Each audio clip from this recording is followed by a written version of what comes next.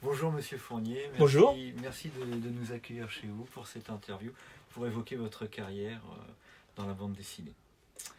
Je vais vous poser une première question. Votre actualité récente est le tome numéro 2 de Plus près de toi. Est-ce que vous pouvez nous en dire plus sur sa genèse, s'il vous plaît? Sur cet album-là, Sur cet album-là, oui. bon, c'est le deuxième tome donc d'une histoire qui s'appelle Plus près de toi. Plus près de toi pour trois raisons en fait. D'abord parce que le héros principal au départ est un jeune séminariste africain de Dakar. Donc plus près de toi, mon Dieu. Plus près de toi parce que il va y avoir une très belle histoire d'amour dans ces bouquins-là. Je ne dis pas comment elle se termine, mais une belle histoire d'amour. Donc plus près de toi, mon amour. Et puis plus près de toi, la patrie en danger. Voilà. Donc on voit déjà en gros ce qu'est un jeune séminariste qui va devoir s'engager dans l'armée parce qu'il y a la guerre et qu'il est français. Parce qu'à l'époque, les Dakarois sont français. Donc son père lui dit, la patrie est en danger, va t'engager, comme j'ai fait moi il y a quelques dizaines d'années. Donc voilà en gros cette histoire. On va suivre un petit peu sa guerre. Et puis très rapidement, il va être fait prisonnier. Et il est noir. Donc, prisonnier des Allemands, c'est pas conseillé quand on est noir, parce que on peut pas emmener en Allemagne en prison des gens pareils qui risqueraient d'enlever quelques puretés à notre race, quoi. Donc, les Allemands ont créé pour eux des camps de prisonniers en France, dont 5 en Bretagne. Et dans ces camps de prisonniers, ils ont été prisonniers. C'est-à-dire qu'il y avait du travail, ils sortaient travailler en dehors du camp. Ceux qui étaient dans la région de Lorient, ils n'ont pas eu de bol parce qu'ils ont participé à la construction des abris anti-atomiques qui ont été bombardés à mort et qui étaient des travaux très difficiles. Beaucoup sont morts au travail. Et puis il y avait ceux qui étaient à la campagne, comme les nôtres, nos héros à nous, qui étaient dans la campagne et qui ont bossé dans une ferme dont le fermier était, d'abord pas raciste évidemment, mais en plus le fermier les a pris sous sa coupe et ils ont plus ou moins fait partie de la famille, quoi. Qui s'est d'ailleurs souvent produit. On a un tas de documents qui prouvent que ça s'est souvent produit. La Bretagne n'est pas précisément raciste en général, donc très souvent les gens étaient bien accueillis. Et ils ont travaillé simplement pour travailler, comme ils n'ont pas travaillé en esclavage, ni sous les coups de fouet, quoi. Voilà. Et donc cette histoire-là, ils ont vécu dans ce camp. L'histoire raconte leur vie dans ce camp, ils étaient au départ sous la garde de soldats allemands. Il y a eu des brutalités, puis il y a eu aussi des moments d'humanité. Il y a eu tout ça, comme dans la réalité. Et puis, les Allemands ont dû tous partir au front de l'Est, où ça commençait à chauffer pour l'armée allemande. Donc là, c'était toujours la guerre. Mais là, c'est les Français qui sont venus, c'est l'armée française qui est venue surveiller le camp. Voilà. Et puis ces gens-là, la guerre s'est terminée. Et ils sont retournés dans leur pays. Et on les a renvoyés chez eux, brutalement, sans leur payer leur solde. Parce qu'ils étaient des soldats, ils avaient une solde. Or, on leur a donné juste 10% de leur solde au départ de Morlaix. Ils sont partis de Morlaix. Et puis vraiment très maltraités. Ils ont été dans un camp à Dakar, le camp de Tiaroy, qui était un camp de transit, où on devait ensuite les ventiler vers différents pays, parce qu'ils étaient des tirailleurs sénégalais, ce qui était un terme générique. Mais il y avait parmi eux des soldats gabonais, camerounais. Donc, ils étaient dans ce camp en attendant d'être ventilés dans leur pays. Mais là, ils étaient très maltraités, mal nourris, très mal sapés et tout ça. Bref, ils en ont eu marre et ils ont protesté jusqu'à ce que le général en poste à Dakar vienne les voir et voir avec eux qu'est-ce qui ne va pas. Et là, ils ont commis quelque chose qui n'est pas très régulier. Ils ont kidnappé le général. Enfin, kidnappé. Ils l'ont gardé dans une pièce, dans un bureau, en lui disant tous leurs griefs, quoi. Et lui, un peu effrayé, il a tout promis. Vous allez tout avoir. Votre solde, vous allez être nourri correctement, pas de problème. Et il est rentré à Dakar, le général, vexé. Et l'année suivante, il a envoyé des automitrailleuses dégommer le camp. Voilà. Avec le vice suprême que les soldats aux commandes des automitrailleuses étaient des Noirs. Parce qu'il y en avait toujours en activité à Dakar, dans l'armée française, mais des Africains. Donc c'est eux qui ont été tirés dans le camp sur les prisonniers. Voilà. Ça s'appelle le massacre de Tiaroy. On ne sait pas combien il y a eu de morts. On n'a jamais réussi à savoir. Mais il y a eu beaucoup de morts quand. Ouais. Voilà. Alors, toute l'histoire de nos héros, c'est ça. Ça finit pas bien, quoi. Mais voilà, c'est tout ça, notre histoire, plus près de toi. Oui, ça permet d'aborder différents thèmes, le colonialisme, le racisme, et de s'interroger sur le passé colonialiste de la France. Ouais. Et ça évoque aussi le rôle des tirailleurs sénégalais, on n'en parle pas beaucoup, et même des troupes indigènes qui ont quand même donné leur sang en fait pour libérer la France, quoi, la mère patrie. Ça avait déjà été évoqué par le film Indigène. Oui, voilà. Et la bande dessinée, c'est pas beaucoup évoqué. Il y a votre bande dessinée, puis il y a aussi la bande dessinée de Armelle Mabon. Oui, mais elle n'a pas fait de bande dessinée. C'est une historienne. Oui, une historienne, mais elle a, comment dire, un projet sur Mort pour la France. Je parle aussi de ça. Ouais. Puis il y a le film de Samuel Ousmane aussi, Tiaroy. Mais ce qui est terrible, c'est que il est mort, Samuel Ousmane, mais c'était un copain, moi, quand j'étais un copain avec lui, ouais. On s'était trouvé dans des séances de dédicaces comme ça à Dakar et en France. On était devenus assez copains. Et un jour, il m'a parlé de cette histoire-là, mais à l'époque, je ne pensais pas du tout que je ferais un jour une bande dessinée là-dessus, quoi. S'il avait toujours été vivant, ça aurait été génial, quoi. J'aurais été le voir, je lui ai dit, écoute, raconte-moi vraiment des détails que pour l'histoire. Et Chris et moi, on serait allés le trouver, quoi. Oui, mais malheureusement, Samuel est mort depuis quelques années. Ouais. En tout cas, l'histoire est vraiment passionnante et personnellement, j'ai été assez touché par l'histoire.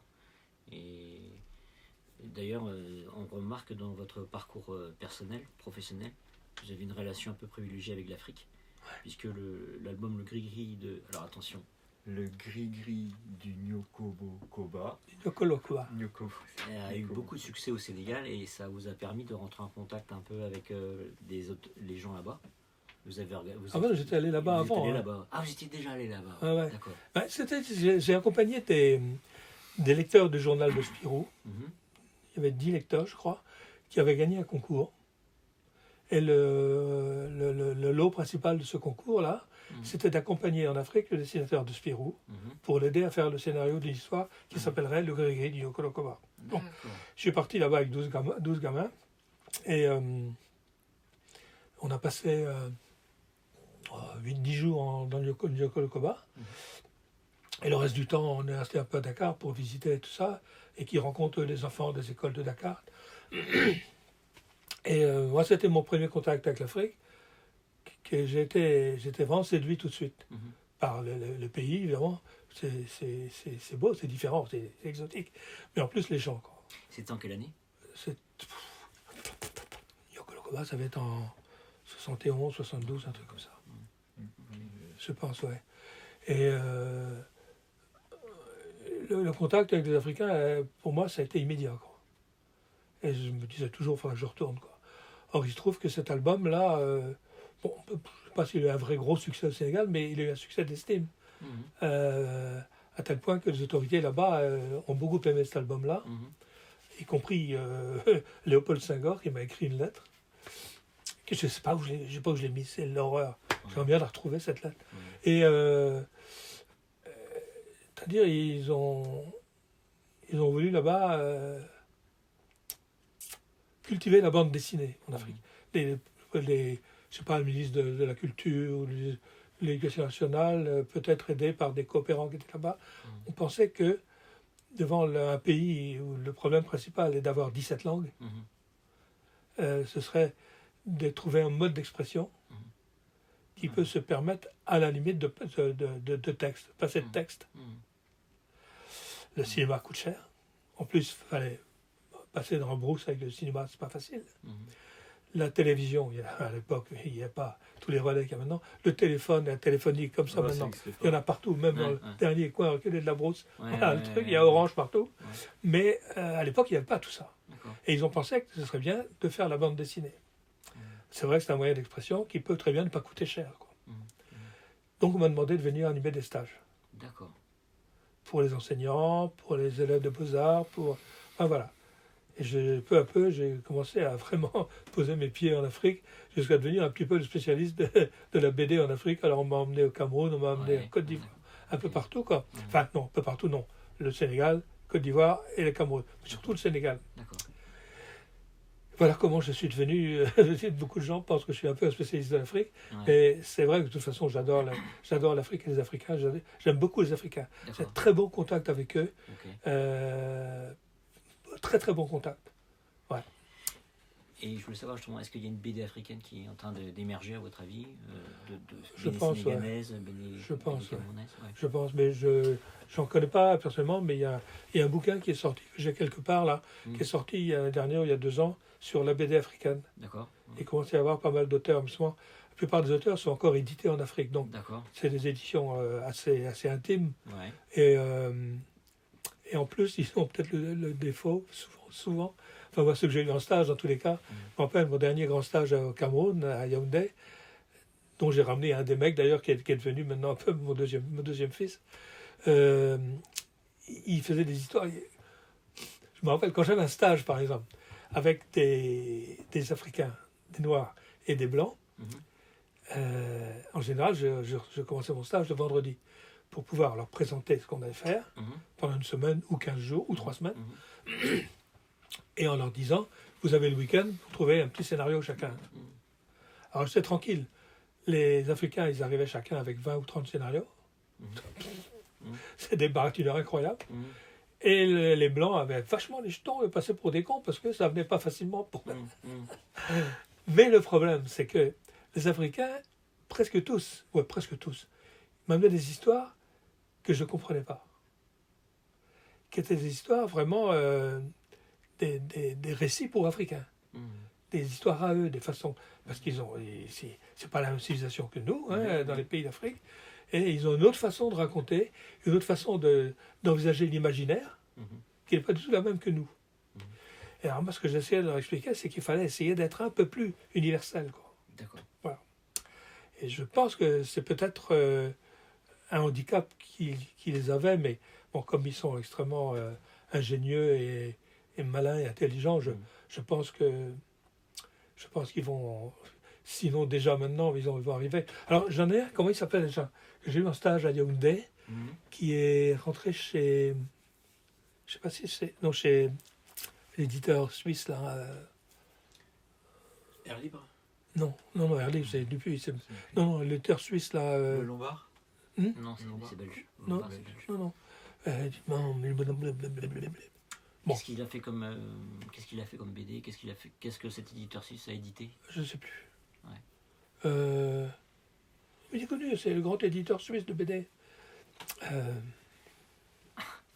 Je l'ai connu en Afrique d'ailleurs lui aussi. Tiens. Ouais, d'accord. On s'est connu parce qu'il allait voir les stagiaires que j'avais. Ouais. Bien sûr. Et il y en a un qui est rentré chez lui. Je ne sais pas s'il ne vit pas en France maintenant.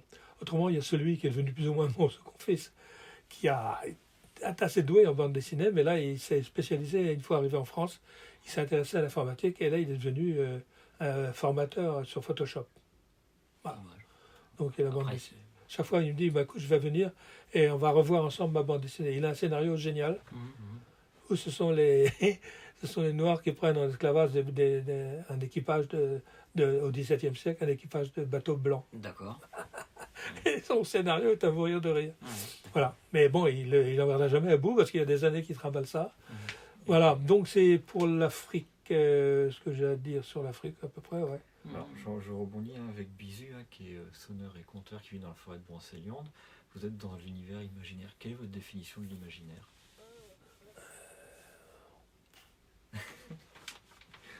C'est ce qui sort de la tête et du cœur. D'accord. Ça, c'est le genre de question que, en général, le mec qui me la pose, il a déjà sa réponse à lui. Et chacun de nous a sa propre Alors réponse. là, j'ai pas la réponse. Chacun de nous a sa propre Ouais, réponse oui, ça, là-dessus. ouais, ouais, c'est C'est vrai. vrai, c'est vrai, oui. Je ne sais pas quoi dire, moi, l'imaginaire, l'imaginaire, c'est ce qui sort de la tête. Hein. Bon, ça se nourrit de toute son expérience, l'expérience de sa vie, quoi. Tout ce qu'on a vécu et tout. Dans l'imaginaire, je sais que Bisu, j'ai créé Bisu parce que ça me paraissait naturel quand j'étais gamin d'inventer des histoires d'un petit bonhomme qui vit dans les arbres et qui est un peu magicien, mais qui ne dit pas qu'il est magicien parce qu'il ne sait pas ce que c'est que d'être magicien. Quoi. Quand j'étais petit, je pensais à ça. Que ma grand-mère qui avait vécu son enfance à la campagne, à Pordic, à côté ici, et son père était agriculteur, mais aussi conteur. Il allait dans les fermes, dans les maisons, tout ça, raconter des histoires. Et elle, toute petite, elle accompagnait son père. Donc, elle était devenue plus ou moins conteuse elle-même. Et quand j'étais gamin, ma grand-mère me racontait plein d'histoires. Alors, peut-être que ça aussi, ça a forgé mon imaginaire. Moi, ça l'a peut-être aidé à se structurer. Je ne sais pas. J'ai beaucoup de mal à trouver... à définir ce mot-là. Voilà, c'est ce qui sort de la tête. Et puis merde. D'accord. Mais c'est pas très. Le prof de philo va trouver que j'ai des définitions un peu primaires, mais La Bisu, en fait, c'était donc votre première bande dessinée avant Spirou. Ouais. Donc ça s'est passé. Il y a une rencontre importante en fait dans votre existence, c'est celle avec Franquin. En 65, je crois, lors de. Ouais, 65, 65, ouais. Ouais. Qui en fait vous lui présentez vos planches. Ouais. Et du coup, il est assez séduit par votre dessin, votre trait. Et je voulais savoir le cheminement justement pour passer de Bisu à Spirou. Parce qu'en fait, Alors, oui. Bon, d'abord, Franquin, bon, moi j'étais encore étudiant à l'époque pour être prof de dessin, mais en fait, j'avais aucun certif, ça m'intéressait moyennement. J'y allais parce que j'apprenais des techniques de dessin. C'était à Paris vos études de dessin. Oui, c'était le lycée Claude Bernard, c'était les classes supérieures de dessin. Et j'apprenais des techniques parce que je sentais que j'en aurais besoin dans ma vie. Donc j'apprenais beaucoup de techniques de dessin, mais autrement tout le reste, histoire de l'art, tout ça m'emmerdait.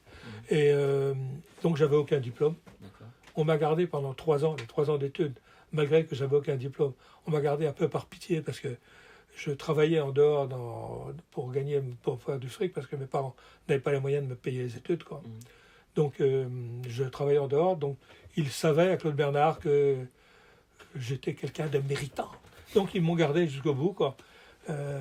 Bretéché, ils l'ont pas gardé jusqu'au bout, elle. Ils l'ont largué parce elle avait un seul certif, ils l'ont largué 2 ans avant moi. Mais moi, par contre, ils m'ont gardé là. Parce qu'en fait, je faisais du théâtre. D'accord. J'allais au cours du Lin. D'accord. Et ma passion, moi, c'était de faire du théâtre. Mon envie, c'était de faire du théâtre. Voilà. Jusqu'au jour où je me suis aperçu qu'au théâtre, moi, je voulais tout faire. Je voulais faire les décors, écrire les pièces, faire la mise en scène, jouer le plus de rôles possible, faire les décors, les costumes, la musique, enfin... Alors tout ça, bon, les profs du Lin m'ont dit, c'est pas possible, il faut que tu choisisses. Donc, c'est un copain à moi qui me dit, voyant ma mine déconfite, il me dit, mais tu sais, c'est simple, t'as qu'à faire de la bande dessinée. Comme ça, tu écriras tes pièces, tu feras la mise en scène, tu joueras tous les rôles, tu feras les costumes, les décors, la musique, bon. Et ça m'est apparu vraiment comme une révélation. Et aussitôt, je me suis mis à bosser la bande dessinée. C'est-à-dire, au lieu d'en lire bêtement, je me suis mis à essayer de comprendre comment c'était fait, quoi. Et puis, j'ai fait les premiers petits essais. Et puis, voilà que j'ai acheté le journal Spirou toutes les semaines. Et pour ma femme et moi, elle était jeune mariée à l'époque, et on n'a pas un rond, quoi. Donc, c'était une grosse dépense, déjà, d'acheter Spirou toutes les semaines. Mais je voulais absolument lire Gaston. Et lire Spirou quand il y en avait. Parce que j'adorais les dessins de Franquin. En pensant pas du tout qu'un jour je rencontrerais cet homme-là, évidemment. Mais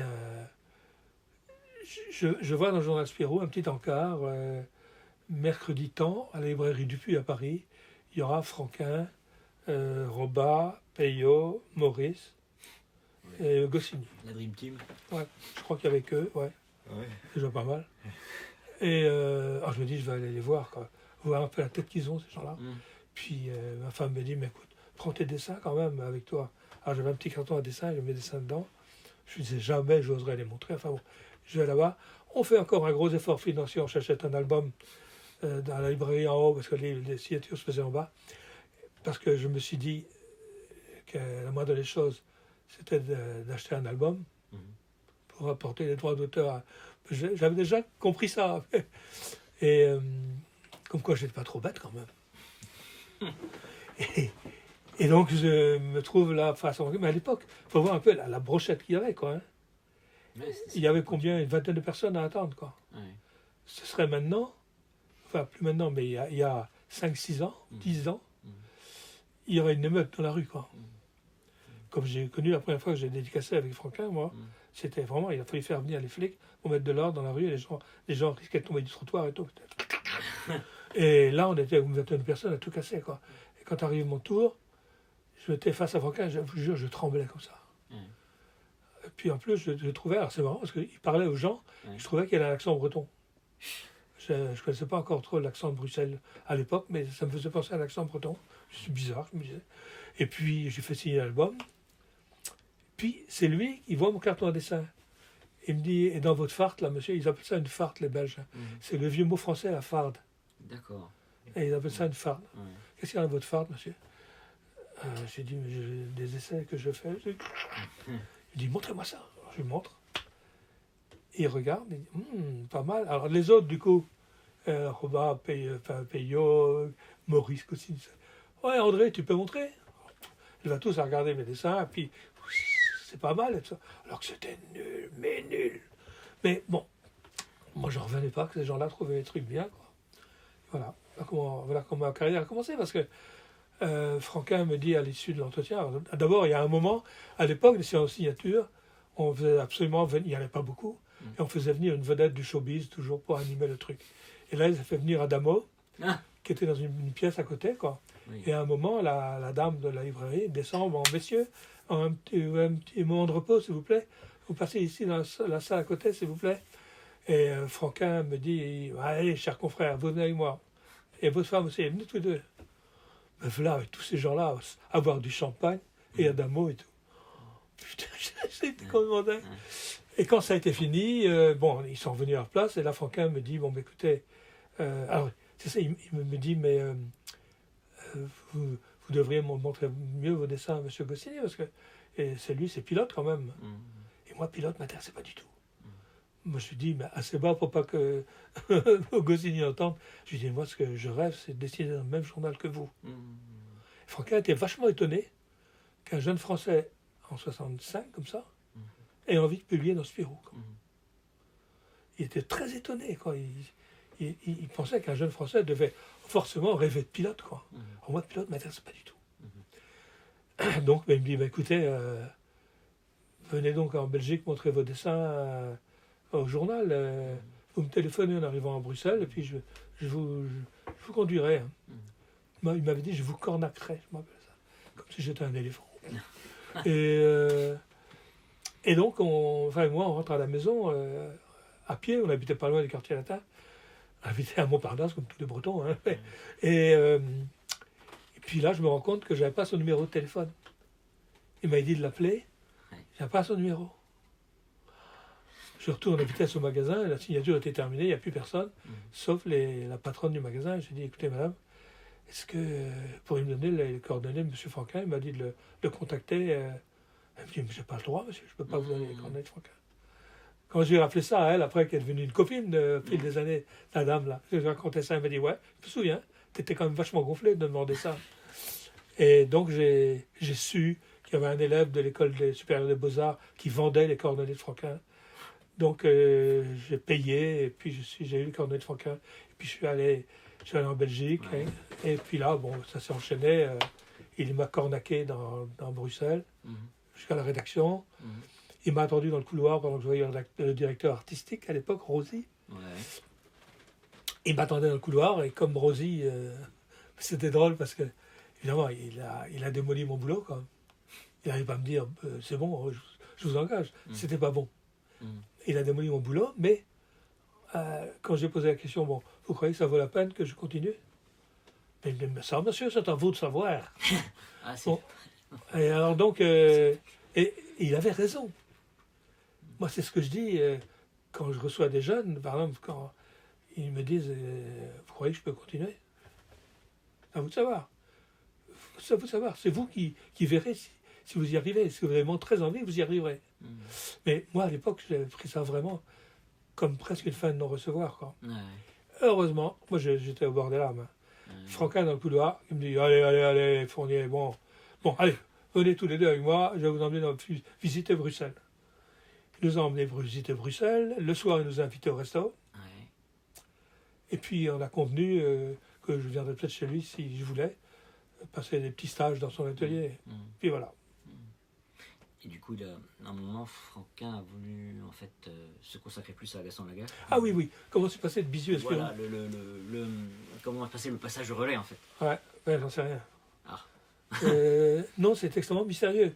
Il y avait à l'époque, je suis très bavard, moi, si je parle trop, il faut me dire. Hein, C'est parfait. parce que moi, Non, très bien. j'ai une glande salivaire sur patte, moi. Et il y avait à l'époque, dans le journal de Spirou, un référendum d'électeurs. Une espèce de connerie de truc. Les gens devaient voter pour les bandes dessinées, quelles étaient celles qui leur plaisaient le mieux et celles qui plaisaient le moins, quoi. Ouais. Alors j'étais le dernier, avec Bisu, j'étais le dernier. Ouais. Alors à l'époque, pour me consoler, il y avait la même chose dans Pif, et le dernier c'était Hugo Pratt. Donc on était en bonne compagnie, quoi. Ouais. Et un jour, je vais à Bruxelles avec des planches de Bisu, quoi. Hein. Et puis je croise le rédacteur en chef, dont j'ai fait la connaissance depuis, Delporte. Il me dit, ah, vous m'avez les planches de Bisu? Ouais, ok. Il adorait Bisu, Delporte. Et pour ça, j'ai du bol aussi, parce que s'il n'avait pas aimé Bisu, je pense que ça n'aurait jamais été publié, quoi. Or, il adorait Bisu, il adorait l'imaginaire celtique, Delporte, énormément. Il apprenait même le gaélique à l'époque, faut être bien. Hein. Et, il ressemble à un barde aussi en plus. Ouais. Et il me dit, ah, vous êtes là, ça tombe bien, l'éditeur veut vous voir, Charles Dupuis veut vous voir. On s'est dit, merde, il veut me voir pour me dire qu'on arrête Bisu, on arrête là, que ça ne marche pas, quoi. C'était démoli, quoi. Je rentre dans le bureau de Charles Dupuis, il me dit, monsieur Fournier, bonjour, asseyez-vous, parce qu'il vaut mieux que vous soyez assis pour ce que je vais vous dire. Il me dit, vous êtes content de ce que vous faites? Ben, je dis, moi, oui, mais le lecteur, le patron, dirait. Hein. Il dit, ouais, j'ai vu ça, oui. Bon, enfin, écoutez, le problème n'est pas là. On a pensé à vous pour reprendre les aventures de Spirou de M. Franquin. Je dis, quoi? Moi, je suis comme un con, là. Il me dit, c'est tout ce que ça vous fait. Je dis, attendez, M. Dupuis, vous vous rendez compte ce que vous me proposez, là? Ben oui, on propose une chance formidable, hein, M. Fournier. Alors, dans ma tête, je me disais, il est en train d'enlever. Je savais que Franquin voulait arrêter Spirou, mais je me dis, il est en train de l'enlever sans le prévenir, quoi. Alors, je ne voulais pas réagir tout de suite en disant, ouais, je prends. Je dis, il faut d'abord que j'appelle André pour savoir, quoi. Et il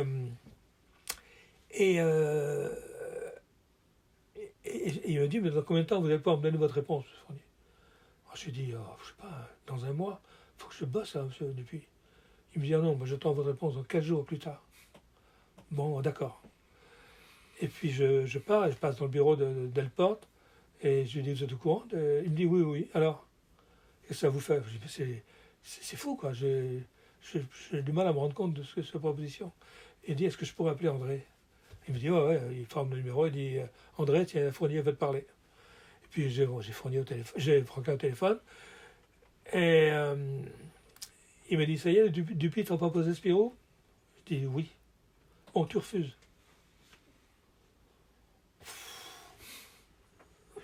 Non, je crois qu'il me bouillait encore à l'époque d'ailleurs. Enfin bref, peu importe. Ouais. Et je lui dis, mais pourquoi? Il me dit, montez à l'atelier, je vais vous expliquer pourquoi.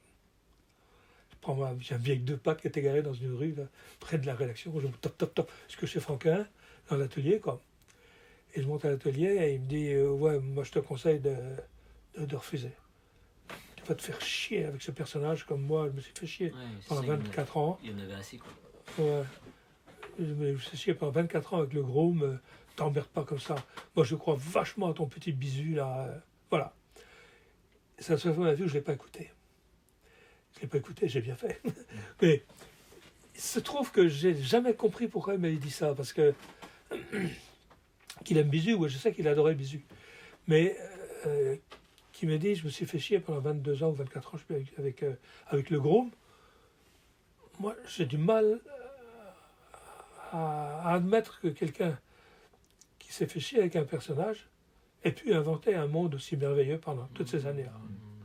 Le monde de Champignac. C'est vrai que Spirou était un peu anodin là-dedans, quoi. Ouais. Fantasia est peut-être plus importante, Oui. et Spip à la limite encore plus. Spirou, c'était un peu un personnage passe-partout, disons. Mais tout le monde qu'il avait créé autour de Spirou, il existait. Et c'est génial, quoi. C'était des personnages magnifiques, c'était tout un petit monde magnifique, magique, magnifique, quoi. Donc j'ai du mal à croire que quelqu'un qui s'emmerde à faire ça ait pu créer ce monde-là. Voilà.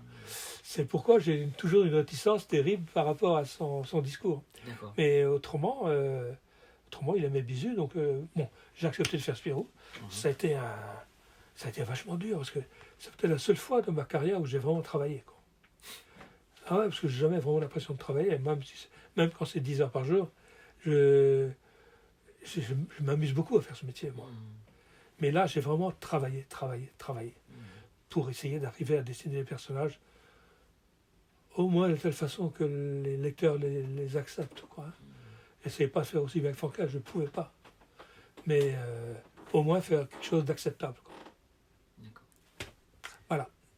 Et du coup, je rebondis alors dans Spirou, vous donnez une nouvelle dimension, à part l'écologie, à part aussi, on parle de la dictature, il y a Président le tyran, il y a puis la suite, des haricots partout. Vous pouvez nous en dire plus de cette nouvelle dimension comparée aux autres aventures de Franquin, qui étaient vraiment dans l'imaginaire, puis celles qui suivront après de Nick et Covin, La ceinture du grand foie, puis après Tom et Jerry, on en a vraiment dans l'aventure, mais il n'y a pas de grands thèmes qui sont abordés, comme l'écologie. Alors, d'abord, Franquin a énormément fait de la politique dans ses bandes dessinées. Quand j'ai lu, moi, 12 ans, Le dictateur et les champignons, par exemple. Le dictateur et les champignons, Oui, c'est vrai. Ouais, il y a un sorcier à Champignac. Comme Franquin a pris par avance la défense des Roms. Ah oui. Je l'ai pas lu celui-là. Donc, il faut lire Sorcier à Champignac, c'est magnifique. Il a pris là vraiment la défense des Roms avec des années d'avance. Hergé l'a fait, mais bien plus tard. Dans les buts de la Castafiore. Ouais. Et il y a toute la série des Englumes. Ça montre l'importance de la prise en main de l'esprit des gens, quoi. De l'esprit des gens. Seulement, ce qui se passe, c'est que quand Franquin a fait tout ça, mais on peut encore citer d'autres exemples, Prisonnier de Bouddha et tout ça. En fait, Franquin, quand il s'adressait à ses lecteurs, et j'en faisais partie, il s'adressait à des jeunes qui étaient beaucoup moins informés que l'étaient des jeunes qui étaient mes lecteurs à moi. Moi, j'ai estimé que je devais continuer ce que Franquin avait fait, avec peut-être encore un peu plus de précision, mais avec un parti pris beaucoup plus net de mêler Spirou aux grands problèmes de l'époque, mais d'une façon un peu plus complète, parce que je m'adressais à un public plus informé que je l'avais été, moi, à 13 ans. Je ne sais pas si vous comprenez ce que je veux dire. Oui, bien sûr. Donc, c'est pour ça que j'ai pris cette décision. Mais j'ai toujours considéré que moi, le citoyen que je suis, a été formé par la lecture de Franquin. D'accord. J'ai appris avec lui la démocratie. J'ai appris plein de choses avec lui. Et j'ai continué, moi, en m'adressant à des thèmes des thèmes importants, la xénophobie, le nucléaire, tout ce qu'on veut. Les derniers, la culture de Pavo-Opium, le machin, le truc. Mais chacun de mes albums a été, et même celui que je devais faire quand j'arrêtais de dessiner Spirou, je m'attaquais là à la promotion immobilière.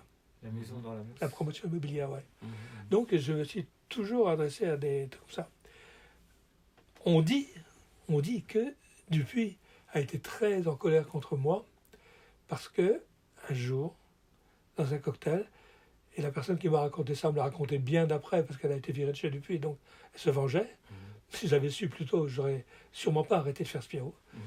Dans un cocktail, en Belgique, il a entendu cette personne-là qui m'a rapporté la chose, et l'ancien attaché presse Dupuis, Belgique, m'a dit, tiens, j'ai entendu un cocktail, le ministre de la Culture française, en plus c'était un copain à moi, ce mec, il a été gonflé d'avoir dit ça, dire à Charles Dupuis,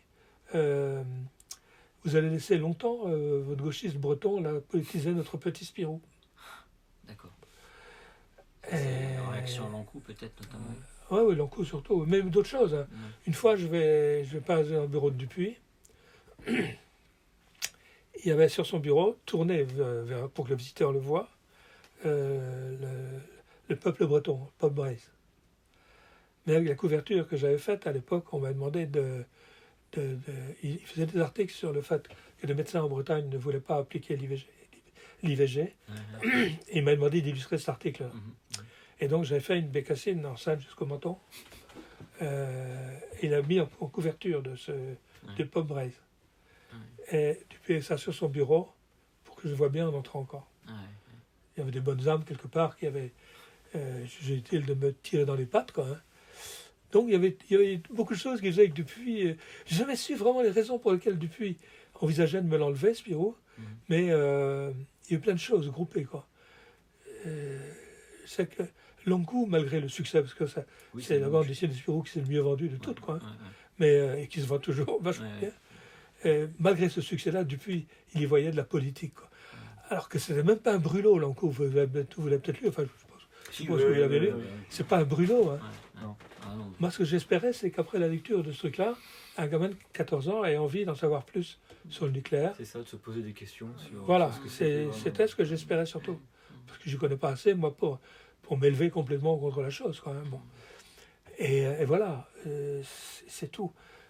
Alors donc, un jour, j'ai appris que Dupuis envisageait de m'enlever Spirou. Et qu'il y avait déjà beaucoup de mes très bons copains qui s'étaient mis sur les rangs pour le dessiner, sans rien me dire, évidemment.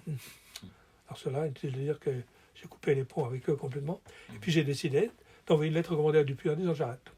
D'accord. Et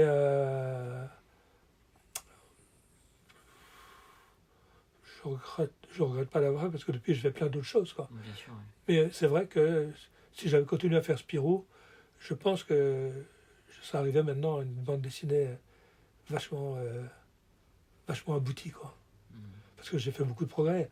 Je n'ai pas arrêté de progresser, moi, comme tout le monde, j'espère, quoi. Donc c'est vrai que maintenant je serais vachement plus à l'aise pour dessiner des choses que j'avais peur de dessiner à l'époque, quoi, bien sûr.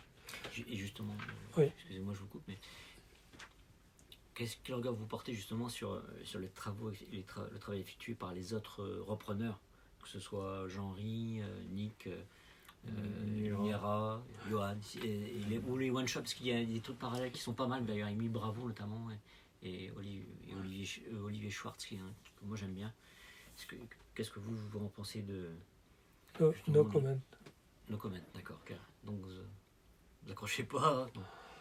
Jean-Ry est un excellent dessinateur, très habile, très bon dessinateur. Oui. Émile Bravo est un bon scénariste. D'accord. Je n'aime pas du tout son dessin. D'accord. Mais c'est l'histoire qu'il a fait avec Spirou. Moi, j'aurais bien aimé les dessiner. Oui. Ah ouais. Mais vous les accrochez pas trop à son dessin, par contre. Ah, ça, pas du tout. Ouais, c'est l'inverse de tout ce que j'ai toujours appris. En BD, moi, bon, c'est les images qui suivent, mais sans suite logique ni rien. Quoi. Il y a vachement par planche, plein de petites cases. Enfin bon, Émile, il travaille comme il veut, ça marche bien, tant mieux. Et c'est tout ce que je souhaite, c'est que ça continue comme ça, quoi. Ça marche très bien. Covin et machin, c'est pas trop... Enfin, ils en ont pas fait beaucoup. C'est un accident un peu dans l'histoire de Spirou. Il y a eu Muniera. Muniera dessine merveilleusement bien. Mais ça n'a pas accroché par contre. Ah, bien sûr, il est rentré là-dedans, on lui a demandé de faire du manga, quoi. Oui. Alors, il n'est pas du tout fait pour ça. Donc, Munuera, je considère qu'actuellement, c'est un des plus grands dessinateurs qui soit chez Dupuis, en tous les cas.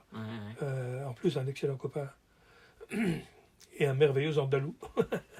Je n'ai pas vraiment de commentaires. Je n'ai pas de commentaires à faire, parce que j'ai pas lu tout, d'ailleurs. J'ai pas lu tout, parce que ça fout un peu le cafard. Simplement, je sais que quand j'ai décidé d'arrêter Spirou, je me trouvais dans les locaux du journal. D'accord. Et je venais de faire la connaissance de Tom et Jean-Ry, D'accord. qui avait été désigné comme successeur. Et je leur dis, les mecs, méfiez-vous de faire de la politique. Et je me rappelle, Tom m'a dit, oh, t'inquiète pas, on a compris. Voilà. D'accord. C'est un choix, quoi. Donc Spirou a dévié complètement, c'est plus du tout la même chose, quoi. Mais bon, je n'ai pas vraiment de commentaires, sinon j'ai beaucoup d'estime pour tous ces gens-là. Ouais. Talent, ils ont du talent. Ouais, j'ai beaucoup d'estime pour eux. Broca, je n'ai pas connu du tout. Mais Tom, par exemple, c'est un excellent copain qui est décédé. Oui. Et Jean-Ry dessine super bien. J'ai un reproche à leur faire à eux. C'est d'avoir créé le petit Spirou. Mais c'est pas de leur faute, c'est le rédacteur en chef de l'époque qui leur a demandé de le faire. Comme j'ai souvent dit à Tom, tu aurais dû l'appeler autrement. Quoi. Parce que là, montrer Spirou enfant dans une famille de tarés, comme ça, et d'obsédés sexuels, et tout, c'est pas du tout ça, Spirou enfant encore. C'est pour ça que j'aime bien le Spirou jeune. Bill Bravo, par contre, oui. Ouais. Là, c'est beaucoup plus plausible pour moi. Ça ressemble plus à l'idée que je me fais du personnage. Le petit Spirou, pas. Ouais. Bon, voilà. Ça, je leur ai fait ce reproche-là, mais gentiment. Hein. En fait, c'est le rédacteur en chef qui leur a dit, Talot qui leur a dit, faites donc Spirou jeune, un gamin, pour voir. Et ça les a amusés, ils sont lancés là-dedans, ils ont fait ce truc qui presque tout de suite a accroché. Quoi. Oui. Presque. Ah, donc ils ont continué. Ouais. On n'arrête pas bêtement un truc. Mais c'est dommage. Ça, pour moi, il y a le grand problème. Quand j'ai arrêté de faire Spirou, j'ai vraiment arrêté le jour où celui qui s'appelait le directeur du concept du Tilleux, le directeur du concept, Tilleux, lui, il l'appelait le garçon coiffeur du Tilleux. Il avait une allure de garçon. Et ce mec-là, je passe dans son bureau, j'ai dit, bon, j'arrête Spirou. Alors il me dit, t'es con, continue. Je viens d'avoir une idée géniale. Tu ferais ton aventure de Spirou. Aussitôt que tu aurais terminé, il y a Tom et Jean-Ry en ferait une. Aussitôt qu'ils auraient terminé, Chaland en ferait une. Aussitôt après, tu en ferais une. Ce serait génial, il y aurait toujours du Spirou dans le journal. Parce qu'on m'a reproché aussi, entre autres, qu'il n'y ait pas toujours de Spirou dans le journal. Le journal Spirou se casse la gueule. Et on met ça sur le compte de Fournier. Quoi. Alors que du temps de Franquin, il y a eu des fois 6 mois, 7 mois sans histoire de Spirou dans le journal. Hein. Mais moi, c'était de ma faute, ça aussi. Donc, il m'a dit, voilà, il y aura toujours du Spirou dans le journal, il y aura plusieurs personnes à le faire. Et je lui ai dit, attends, les lecteurs vont plus savoir qui est Spirou. Mais non, t'inquiète pas. Spirou avec son petit chapeau, c'est bien connu. Maintenant, plus personne ne sait qui est Spirou. Il m'arrive d'aller dans les écoles, je m'adresse à des gamins qui ne savent même pas ce que c'est que Spirou. Il y en a eu tellement de faits. Des fois des belles œuvres. Hein. Mais par exemple, les one-shots, tu parlais tout à l'heure, pour moi, c'était une terrible erreur. Quoi. Actuellement, dans la bande dessinée, ce qui est rare, c'est les dessinateurs qui n'ont pas fait de Spirou. Si bien que chacun a fait le sien à sa façon. Les lecteurs ne savent plus ce que c'est. Ils ont du mal à se retrouver. Ah ben, les lecteurs ne se retrouvent plus. Hein. Alors les vieux, on continue à acheter mes albums, parce que là, il retrouve Spirou. Il n'a pas de problème. Mais autrement, non. Je vois un tas d'albums de Spirou parus après moi, qui sont dans les ventes d'occasion chez les libraires, le truc d'occasion. Quoi. Les miens, on a du mal à les trouver, mais ceux d'après, on trouve partout. Quoi. Ça prouve que j'avais raison. Mais bon, voilà. C'était pour parler de ça. Je n'ai pas dit trop de bêtises, non? Et là, par rapport à l'actualité, je vois un peu sur le nucléaire, j'en profite. Le gouvernement veut relancer 6 centrales nucléaires. Qu'est-ce que vous en pensez? Mais c'est des petites. C'est des petites. Ouais, donc ça fait 6 qui tiendront dans la camionnette. En fait. C'est ça. Au lieu d'avoir une grosse, il y en aura 6 éparpillées sur le territoire. Voilà. C'est ça. D'accord, j'ai compris ce que vous en pensez. Donc, tout par rapport justement à l'encoup qui a été fait. Non, mais moi, la centrale nucléaire, en fin de compte, depuis que j'ai visité le cœur de Brennilis, parce que ça y est, je l'ai visité, je sais quelles sont les sécurités qui existent. Donc, je pense vraiment que le danger, que ça pète ou ça explose, est limité. Vraiment limité. Mais ce qu'il y a, c'est des déchets. Personne ne sait quoi en foutre. Le traitement des déchets, à part les enterrer en fait, ce qu'ils proposent Bah oui, de mais- faire, ce qui n'est pas Ah, une bah, solution, puisque... Après un cimetière à déchets dans le monde entier, c'est pas possible. Ah, Donc voilà, pour moi, ma façon d'être anti-nucléaire, c'est ça. Quoi. C'est, si on en parle, si les gens en parlent, et vous m'en parlez, je vous dis. Moi, les centrales elles-mêmes, en France tout au moins, je pense que la sécurité est vraiment... On n'est jamais à l'abri d'un pépin. Mais je pense que la sécurité est vraiment forte. Hein. Mais par contre, voilà, c'est les déchets. Les déchets sont radioactifs. Quoi. Et si on dissémine partout, même à 400 mètres sous terre, il y en a bien un mot, ça remontera. Hein. Donc, voilà, c'est là que je ne suis pas d'accord du tout. Et je trouve que M. Macron, que par ailleurs j'aime bien personnellement, je trouve qu'il a une grave erreur. D'accord. Je pense. Ou alors, il faudrait qu'en même temps, il annonce des nouvelles mesures qu'on a trouvées pour éliminer les déchets une fois pour toutes. Auquel cas, bon, ça se comprendrait parce que l'électricité nucléaire est quand même intéressante. Quoi. D'origine nucléaire est intéressante. Est intéressante, Mais polluante. c'est vrai que si on pouvait avoir partout des éoliennes ou des trucs... Moi, j'aime bien les éoliennes, je trouve ça beau, moi. Mais ça, il y en a tellement habitué à les voir maintenant. Oui, Je oui, trouve pas ça oui, moche. oui, On est habitué, mais enfin beau. Moi, je trouve pas ça moche. Moi, je trouve pas ça moche du tout. Et ça... Alors, évidemment, ça n'apporte de l'électricité que quand il y a du vent. Ça, En d'accord. Bretagne, on est... Jusqu'au moment où on a inventé des grosses batteries spéciales. Mais ça, moi, ça ne me dérange pas du tout. Des champs entiers de plaques solaires, je suis d'accord, moi.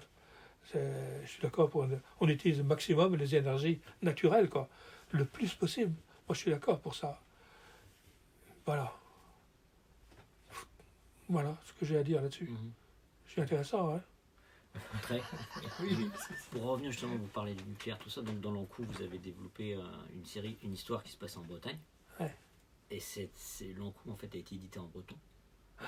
Et je voulais savoir si vous êtes attaché à l'identité régionale de la Bretagne, même, est-ce que vous êtes attaché aux identités régionales? Complètement. Complètement, d'accord. Ouais. À 150%. D'accord. À 300%. Ouais, carrément.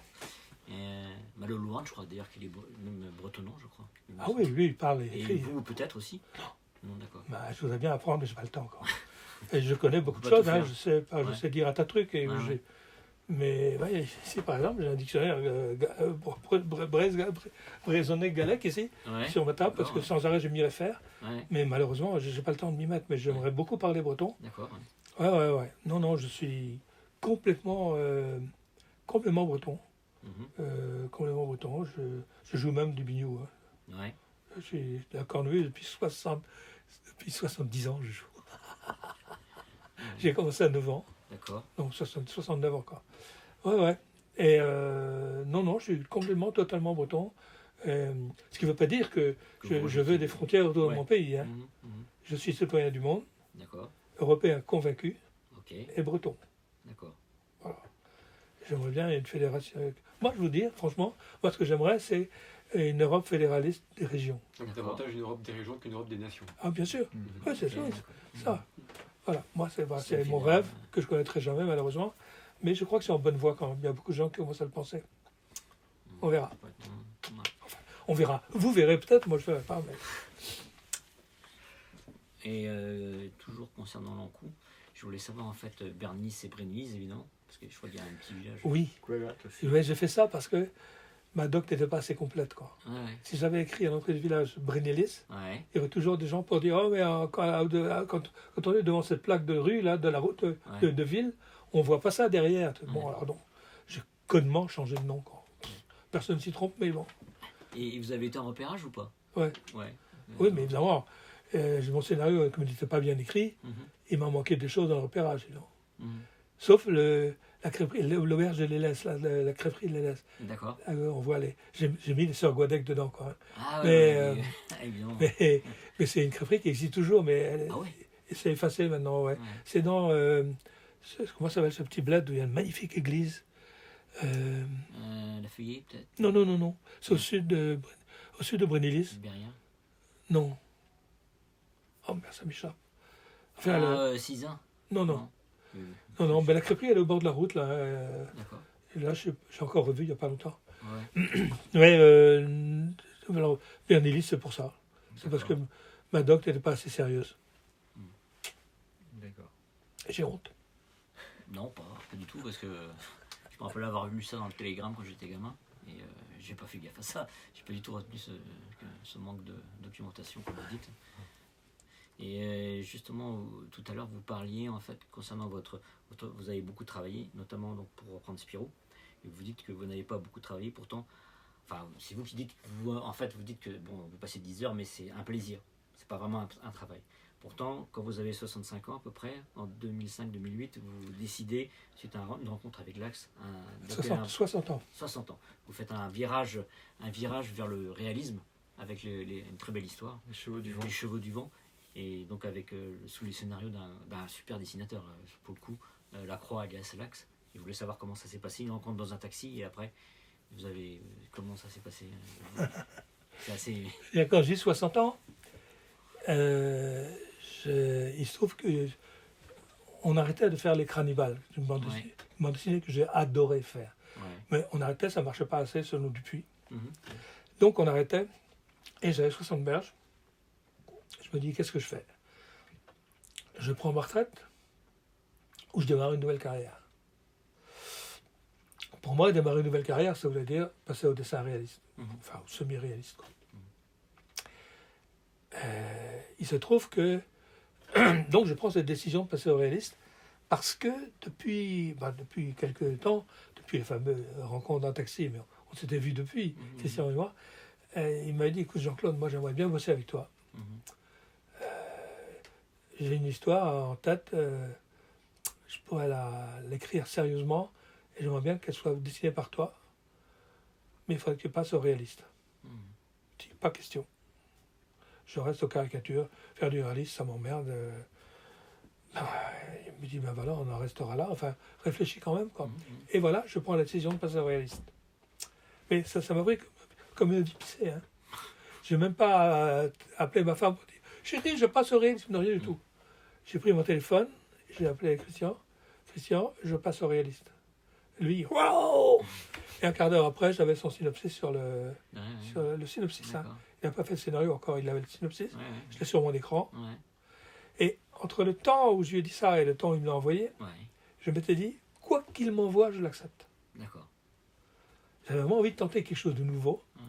Et je me dis, quoi qu'il m'envoie, je l'accepte d'avance. J'ai tellement envie aussi, moi, de bosser avec lui. C'est un mec que j'aime beaucoup.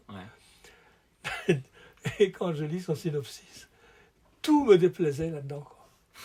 Ces peuples-là, tibétains, m'emmerdent copieusement. Je les trouve sales, alcoolos, tout. Et la montagne, j'ai horreur de la montagne. Il y a tout qui me déplaisait. Seulement, comme j'avais décidé d'accepter, j'ai commencé à bosser la question. Pendant près de 6 mois, j'ai fait que ça. J'ai regardé des trucs sur Internet, j'ai acheté des bouquins, j'ai appris à connaître l'Himalaya, les royaumes himalayens, ces peuples-là. Et au bout de 6 mois, j'en étais vraiment totalement amoureux. Quoi. Et là, j'ai démarré cette histoire avec un bonheur fou, vraiment un grand bonheur. Quoi. Et ça a été formidable pour moi. Alors, une grande surprise dans le métier en général. Quoi. Même le rédacteur en chef l'éditeur chez Dupuis, l'éditeur d'Air Libre, ne voulait pas croire que c'était moi. Quoi. Il m'a convaincu que c'était moi, quoi, et pas de problème. Le mec, il n'en revenait pas. Quoi. Et parce que c'est l'éditeur maintenant de Futuropolis, mais il était chez Dupuis, chez Air Libre à l'époque.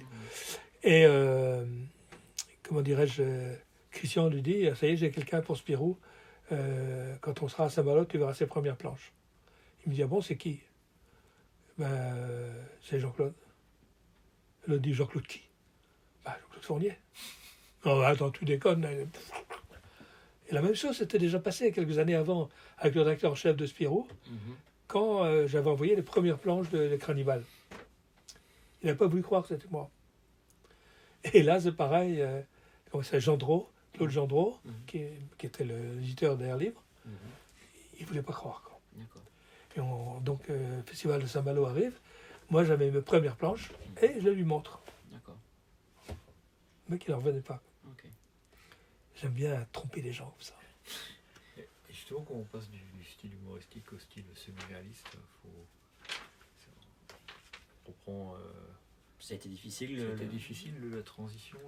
Par exemple, j'ai lu dans en fait un reportage où en fait vous expliquez que vous avez utilisé la technique de l'aquarelle, donc la couleur directe. Là, ça a dû être c'était un peu tendu quoi, parce que si on se plante, on refait. Ah oui, si on se plante, non, on se plante pour de bon. Là. Ouais, Mais pour de bon, non, tandis ça ne que- m'a pas fait peur du tout, ça. Non, non, non. J'ai toujours aimé faire de l'aquarelle et tout. Vous en avez toujours fait en fait. Oui, mais pas en bande dessinée, mais dans la vie comme ça. On l'a dit comme ça, ouais. Ok. Et j'adore, c'est une technique que j'adore parce qu'elle est simple, elle est facile, elle n'est pas chiante comme la peinture à l'huile ou quoi. C'est vraiment, c'est très léger et on peut faire de très jolies choses à l'aquarelle. Non, ce qui a été la difficulté que j'ai eue, Mhm. d'ailleurs dans les premières planches de Les Chevaux du Vent, ça se voit, hein, j'ai eu un mal fou à passer aux proportions des personnages, proportions plus réalistes. D'accord. Et je voyais encore des images où la tête du personnage est aussi grosse que son torse, par exemple. Ouais. Ou aussi une image où les maisons sont petites par rapport au personnage. Ouais, ouais. Ça, c'est parce que je faisais ça avec Spirou. Je faisais ça avec la bande dessinée comique, quoi. Ouais. D'accord. D'ailleurs, parfois beaucoup trop exagéré, d'ailleurs. Mais là, ça se sent dans les premières planches. Je le vois tout de suite, moi, évidemment. Puis après, ça s'est arrangé. J'ai pris. À tel point, d'ailleurs, maintenant, qu'au bout de. Il y a un moment, voilà, ça fait une douzaine d'années maintenant que j'ai commencé. À tel point que maintenant, quand j'ai besoin de dessiner Spirou ou. Bisu, ça va encore. Mais Spirou, j'ai tendance à lui donner des proportions plus réalistes. Comme il était dessiné par Franquin, par exemple, dans La Mauvaise Tête ou des choses comme ça. Vous voyez. D'ailleurs, il y a quelques années, on m'a suggéré l'idée de reprendre Spirou. Au moins, pas le reprendre vraiment, mais sous forme d'un one-shot. One shot. Et j'ai été tenté de le faire, quoi. Mhm. Et j'ai fait quelques petits essais, d'ailleurs. J'avais un scénario qui me plaisait bien. Et là, je me suis aperçu que mes proportions de personnages étaient beaucoup plus réalistes. D'accord. Ouais. Donc c'est dans l'autre sens maintenant. Si je veux venir un dessin plus caricature, j'ai du mal, quoi. Mhm. Sauf avec Bisu, encore une fois, parce que Bisu, tout petit, ça va, quoi. Mhm. C'est comme si je faisais des schtroumpfs. On peut s'amuser à faire des schtroumpfs avec des proportions de... Ouais. Donc, personnage tout petit comme ça, il y a, disons, en fait, quelque part, des petits nains, quoi. C'est pas pareil. Un personnage comme Spirou, qui est un personnage humain de la vie de tous les jours, bah, effectivement, on a tenté de le faire avec des proportions différentes. Voilà, c'est les difficultés que j'ai eues. C'est la seule, quoi. La seule, parce que, en fait, j'ai eu vachement de satisfaction, parce que je me voyais avancer dans ces planches-là, comme jamais je pensais que j'aurais dessiné un jour, quoi. Et je les trouvais pas mal, quoi. Je manquais de modestie, je les trouvais pas mal, mes planches, et j'étais vachement content de voir comment ça progressait, quoi. Même encore maintenant, hein, quand je dessine, enfin, on parlera peut-être de ce que je fais maintenant, mais là, c'est pas réaliste, mais c'est plus non plus caricature, quoi. Et C'est quelque part, c'est oh, semi-réaliste. ouais, c'est encore autre chose que je fais là, on Mhm. en parlera sûrement. Mais là, c'est pareil, je prends un pied à faire ce que je fais en ce moment.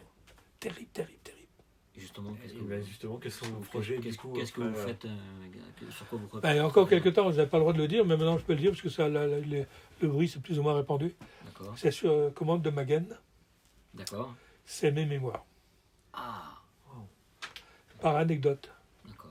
Alors des fois des anecdotes de 8 planches, des fois 4 planches, des fois une planche, puis des fois celle-ci fera 9 planches. Je me rappelle l'histoire de ma carrière, de ma vie, Ouais, alors ouais. soit professionnelle, soit de ma vie à moi. Ouais, ouais, bien sûr. Et alors ça, c'est génial, quoi. Ça m'oblige à chercher le souvenir. Et puis je me rends compte que, malgré que je n'ai pas fait de scénario depuis près de 15 ans, oui, plus de 15 ans, parce que Mhm. je n'ai pas fait de scénario, j'avais toujours peur, si un jour je me lançais à nouveau dans la BD à moi, Mhm. j'aurais du mal à faire le scénario. Mhm. Or, en fait, le scénario, bon, c'est mes souvenirs, ça vient assez facilement. Ouais. Et en plus, je m'aperçois que, avec cette pratique du métier, parce que ça fait quand même 55 ans, un peu plus de 55 ans, quoi. Mhm. Et en essayant toujours de faire mieux le mardi que je fais le lundi. Donc, je m'aperçois que maintenant, j'ai une facilité folle à mettre un texte en image. Mais ça me vient presque naturellement. D'accord.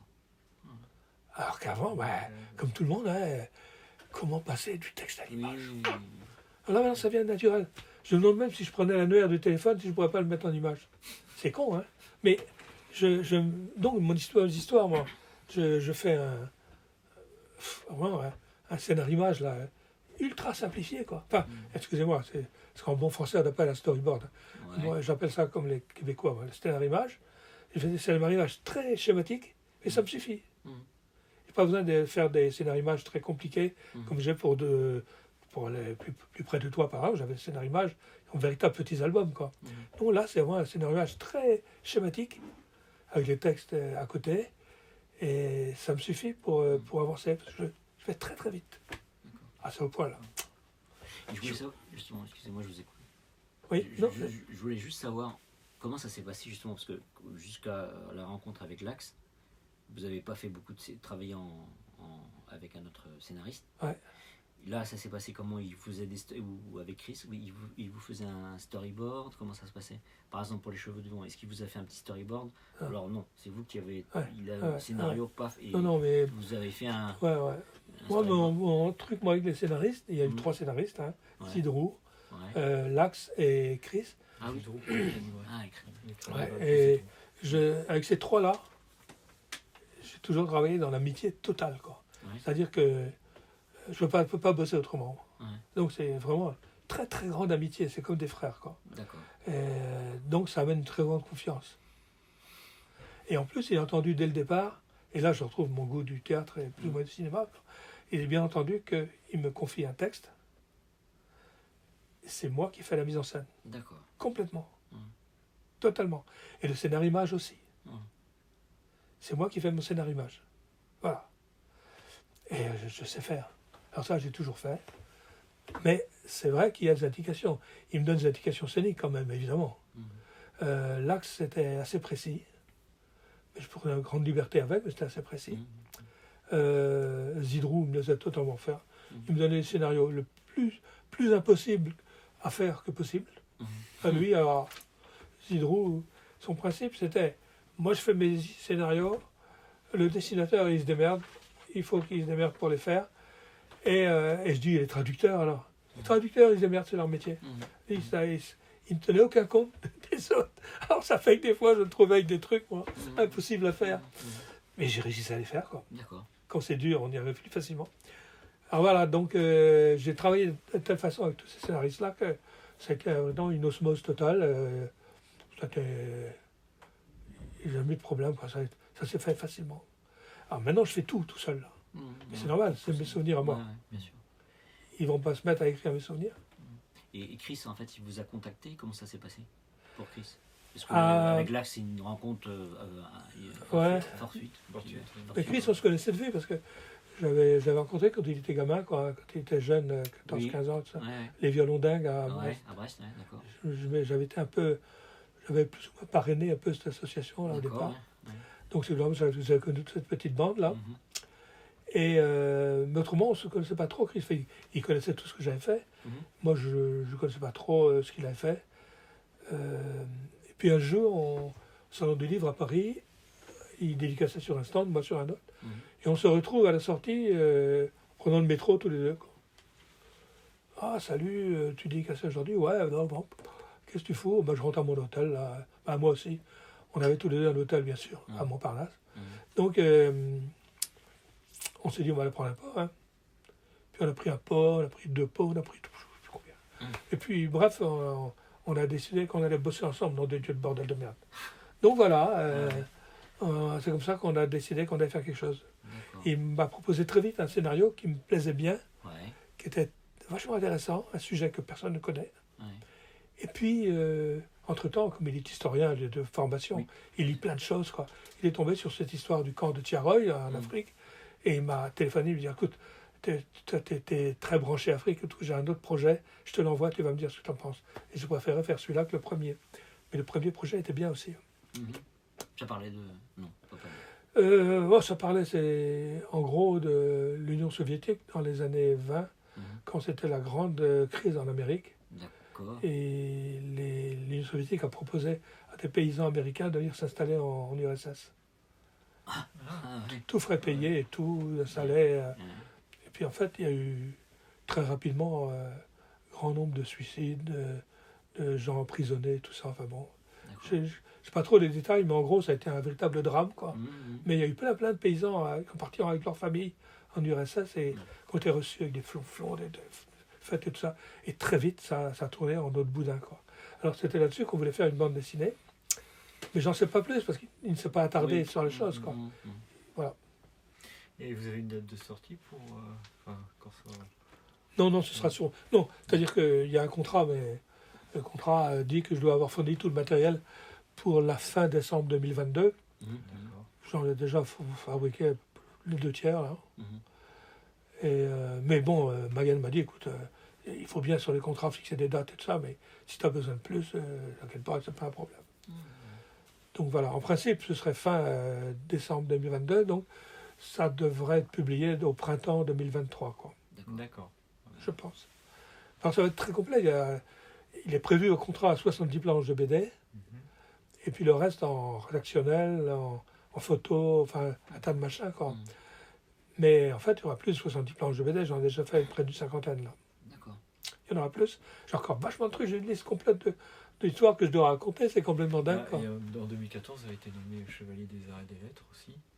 Hein? En 2014, vous avez été nommé Chevalier des Arts et des Lettres. Ah ouais, et en ce moment, il paraît qu'on travaille au ministère de la Culture, on va faire officier. Ah, carrément. Ouais.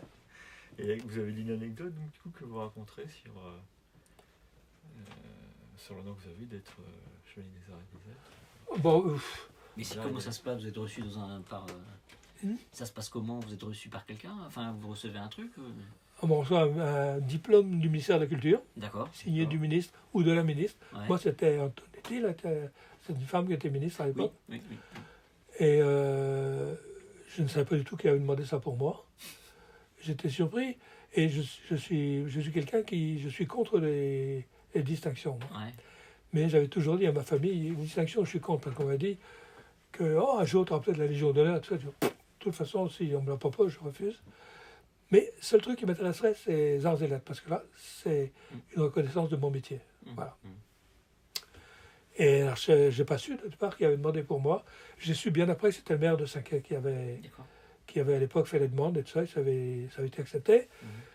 Et là, maintenant, je ne peux pas dire qui, mais c'est quelqu'un de haut placé qui demande ça pour moi. On va voir. J'aimerais bien. Et c'est suite à votre travail sur l'ensemble de votre œuvre? Ouais, l'ensemble de ce que j'ai fait pour la bande dessinée. Parce que j'ai quand même créé le plus gros festival BD. Oui, J'ai j'ai quand même contribué à la formation de pas mal d'auteurs. Ouais. J'ai fait des bandes dessinées qui ont été appréciées. Oui, je comprends. Et c'est pas fini. Enfin, si les petits lutins me prêtent vie, Ah oui. parce que bientôt 80, ça va pas durer éternellement maintenant. Hein. Enfin, bientôt 80, encore 2 ans, hein, mais... Ouais. Et voilà. Et voilà pourquoi. Alors, l'anecdote au sujet des Chevaliers des Arts et Lettres, évidemment, comme je ne suis pas une personnalité importante, ça ne m'est pas offert au ministère de la Culture. Il faut que j'achète la médaille. Ah ouais. Alors, évidemment, pas question. Moi, je ne voulais pas acheter de médaille, donc pas question. Mais en fait, l'association Quai des Bulles a été mise au courant du truc. Et m'a dit, ah non, Jean-Claude, ça, c'est Quai des Bulles qui te l'offre, ta médaille. Et puis, ils m'ont offert ça à l'inauguration du festival, il y a 3 ans, je crois. Et celui qui me l'a décerné, il fallait que ce soit quelqu'un qui l'avait déjà, ou quelqu'un qui avait la Légion d'honneur. Et moi, j'avais choisi de demander à Patrick Gomer, qui est un écrivain sur la bande dessinée, qui est un bon copain, et qui qui était chevalier. Je lui ai dit, écoute, c'est pas toi qui voudrais me le décerner, ce serait sympa. Voilà, c'est lui qui me l'a accroché ici. D'accord. Voilà. Je l'ai ici, c'est une belle médaille, c'est beau, hein. Et c'est beau comme tout, moi je suis content d'avoir ça, hein. Je n'aime pas où je l'ai dit. Je ne peux pas où elle est. Et je vais vous montrer ça.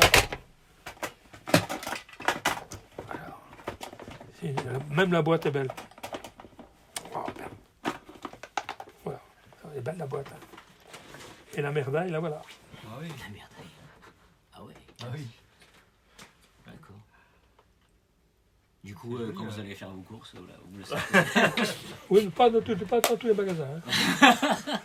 Mais il y a une anecdote par contre amusante au sujet des arts et lettres, c'est que c'est moi qui ai remis les insignes de chevalier des arts et lettres à Jan van Schkemener. D'accord, qui est parti Ah ouais. il y Ah ouais. a 2-3 ans. Et c'est moi qui lui ai remis sa médaille. D'accord. Alors là, c'était rigolo. J'ai fait des gags énormes. Il y avait une cérémonie dans son bled, là-bas, au centre du monde, là, Saint-Tréphine. Ouais. Et il y avait des gens du coin, quoi. Et puis il y avait aussi il y avait Jean-Claude Boulanger, qui est un mec qui était au Conseil de Bretagne, enfin au Parlement de Bretagne à l'époque, et qui est maintenant directeur des tournois voyageurs. Et c'est un type, un lettré, un mec breton jusqu'à la pointe des cheveux lui aussi. Et il était là, j'étais fier d'être sur le podium avec lui. Et puis il y avait Jean-Yves Le Drian, qui était un vieux pote aussi, donc qui était là aussi pour la remise de médaille. Et moi, j'ai fait un discours, j'ai déconné, quoi. Tout le monde a bien rigolé. Voilà.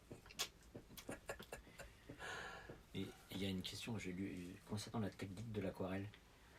Lepage, que vous avez d'ailleurs découvert, enfin qui est venu vous voir tout ça, il vous a montré une technique, d'après ce que j'ai compris, vous mettez, vous crayonnez, vous ancrez, et vous mettez votre planche dans l'eau. Et à la Si elle se noie, je l'abandonne. Parce qu'il est très peu sous-estimé, il est pas. Non mais et après en fait vous ressortez la planche, vous la scotchez et puis pour la tendre, pour que ça soit bien tendu. Et après vous aquarellez, c'est ça. Mais l'encre, quand vous dites vous ancrez, c'est-à-dire en fait en noir quoi, à la plume. D'accord. Et ça part pas au moment quand vous mettez de. Il n'y a pas intérêt. Ouais, parce que sinon il faut tout refaire. Ça chirait des pointes. Ouais. Non, c'est une technique que Manu m'a rappelé, mais que je connaissais. Ouais. J'avais utilisé autrefois quand j'étais étudiant en art. Ouais. Et puis j'avais été sorti de l'esprit. Ouais. Et un jour, il y avait un dessinateur québécois qui était ici chez moi pour quelques jours. Et on est allé voir Manu, il voulait rencontrer Emmanuel. Ouais. Donc on est allé chez lui. Et il a expliqué à l'autre la technique du papier tendu. Je me suis dit, mais putain, mais je connais ça, moi. Ouais. Et il nous a fait une démonstration. D'accord. Donc depuis, je fais ça pour toutes mes planches, moi. Okay, oui. Alors, je l'ai fait à l'encre. L'encre de Chine est indélébile. Enfin, les bonnes encres de Chine, hein. Ouais, elles sont indélébiles totalement. Il n'y a pas de problème. Il ne faut pas qu'il y ait de feutres genre tempo, trucs comme ça. Hein. D'accord. Il faut que des feutres également à la colle, enfin, des feutres indélébiles. Ouais. Et puis on trempe le papier, donc le papier il se détend. Ouais. On le colle sur une planche en bois quand même. D'accord. On la colle pas là, on colle avec du craft collant autour. Ok. Ouais. Et on met des agrafes en plus parce que quand le papier se tend. Et en se tendant, il devient comme une peau de tambour. Quoi. D'accord. Ce qui fait qu'après, alors c'est un autre avantage cette technique-là, c'est que les parties de dessin qui restent au crayon, parce qu'on garde des parties au crayon, ça fait un peu des traits gris. Oui. Des traits gris dont on a besoin pour les lointains. Premier plan, deuxième plan. Ça fixe le crayon. D'accord. Donc c'est intéressant, parce que quand on a la mine de plomb comme ça qui est fixée par ça, on peut revenir avec un très beau bleu pâle dessus, par exemple. Le bleu ne se colore pas de mine de plomb.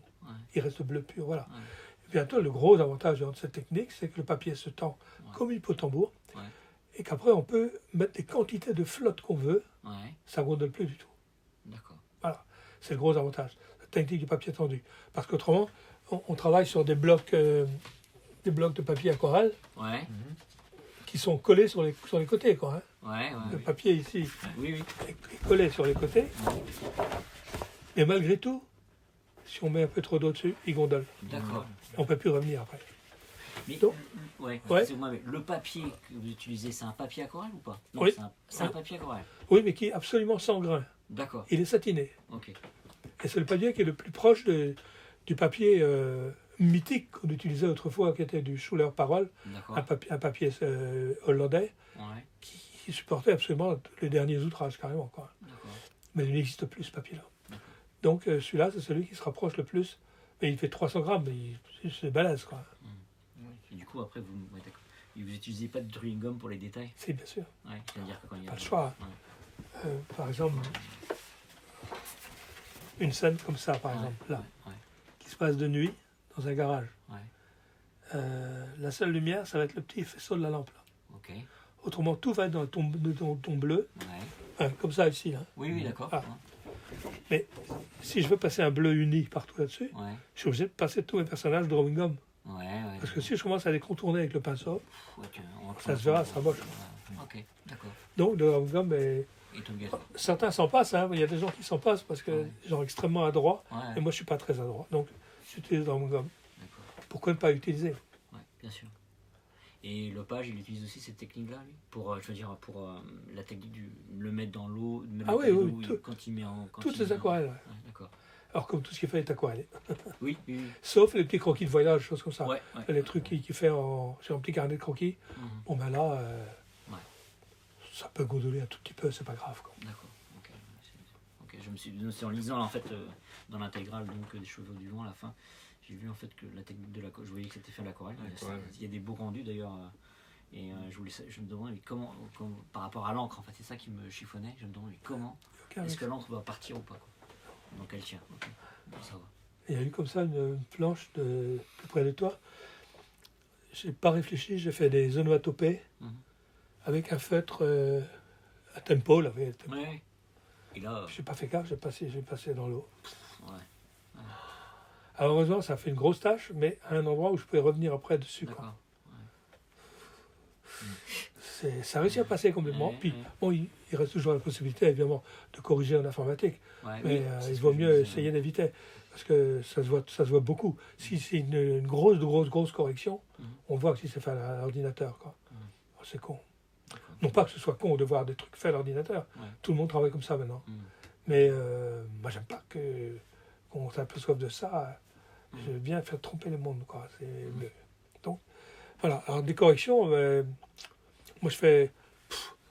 Là, par page, j'ai au moins 3 ou 4 corrections décrites déjà, que je dois faire après. Ouais. Alors, j'enverrai ça chez Magen.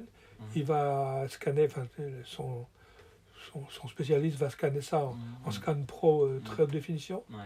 Et il me renverra tout Mhm. pour que je fasse mes retouches, moi, ici. Mhm. Je ferai à la tablette, là. Et quelles évolutions vous avez vues donc, du métier là, de dessinateur, puisqu'on parlait de technique et du monde de l'édition, depuis que vous avez commencé? C'est incroyable. Mais à tel point que je ne me rappelle même plus comment je faisais, moi. Je sais quand j'avais des défauts sur le dessin en noir et blanc, là, je faisais ce qu'on appelle des rustines. C'est-à-dire que je collais une autre épaisseur de papier en dessous et je découpais les deux épaisseurs en même temps, sérieusement au cutter. Je faisais venir la partie blanche, je faisais sauter celle qui était ratée et je scotchais derrière. Ça s'appelle des rustines. Ouais.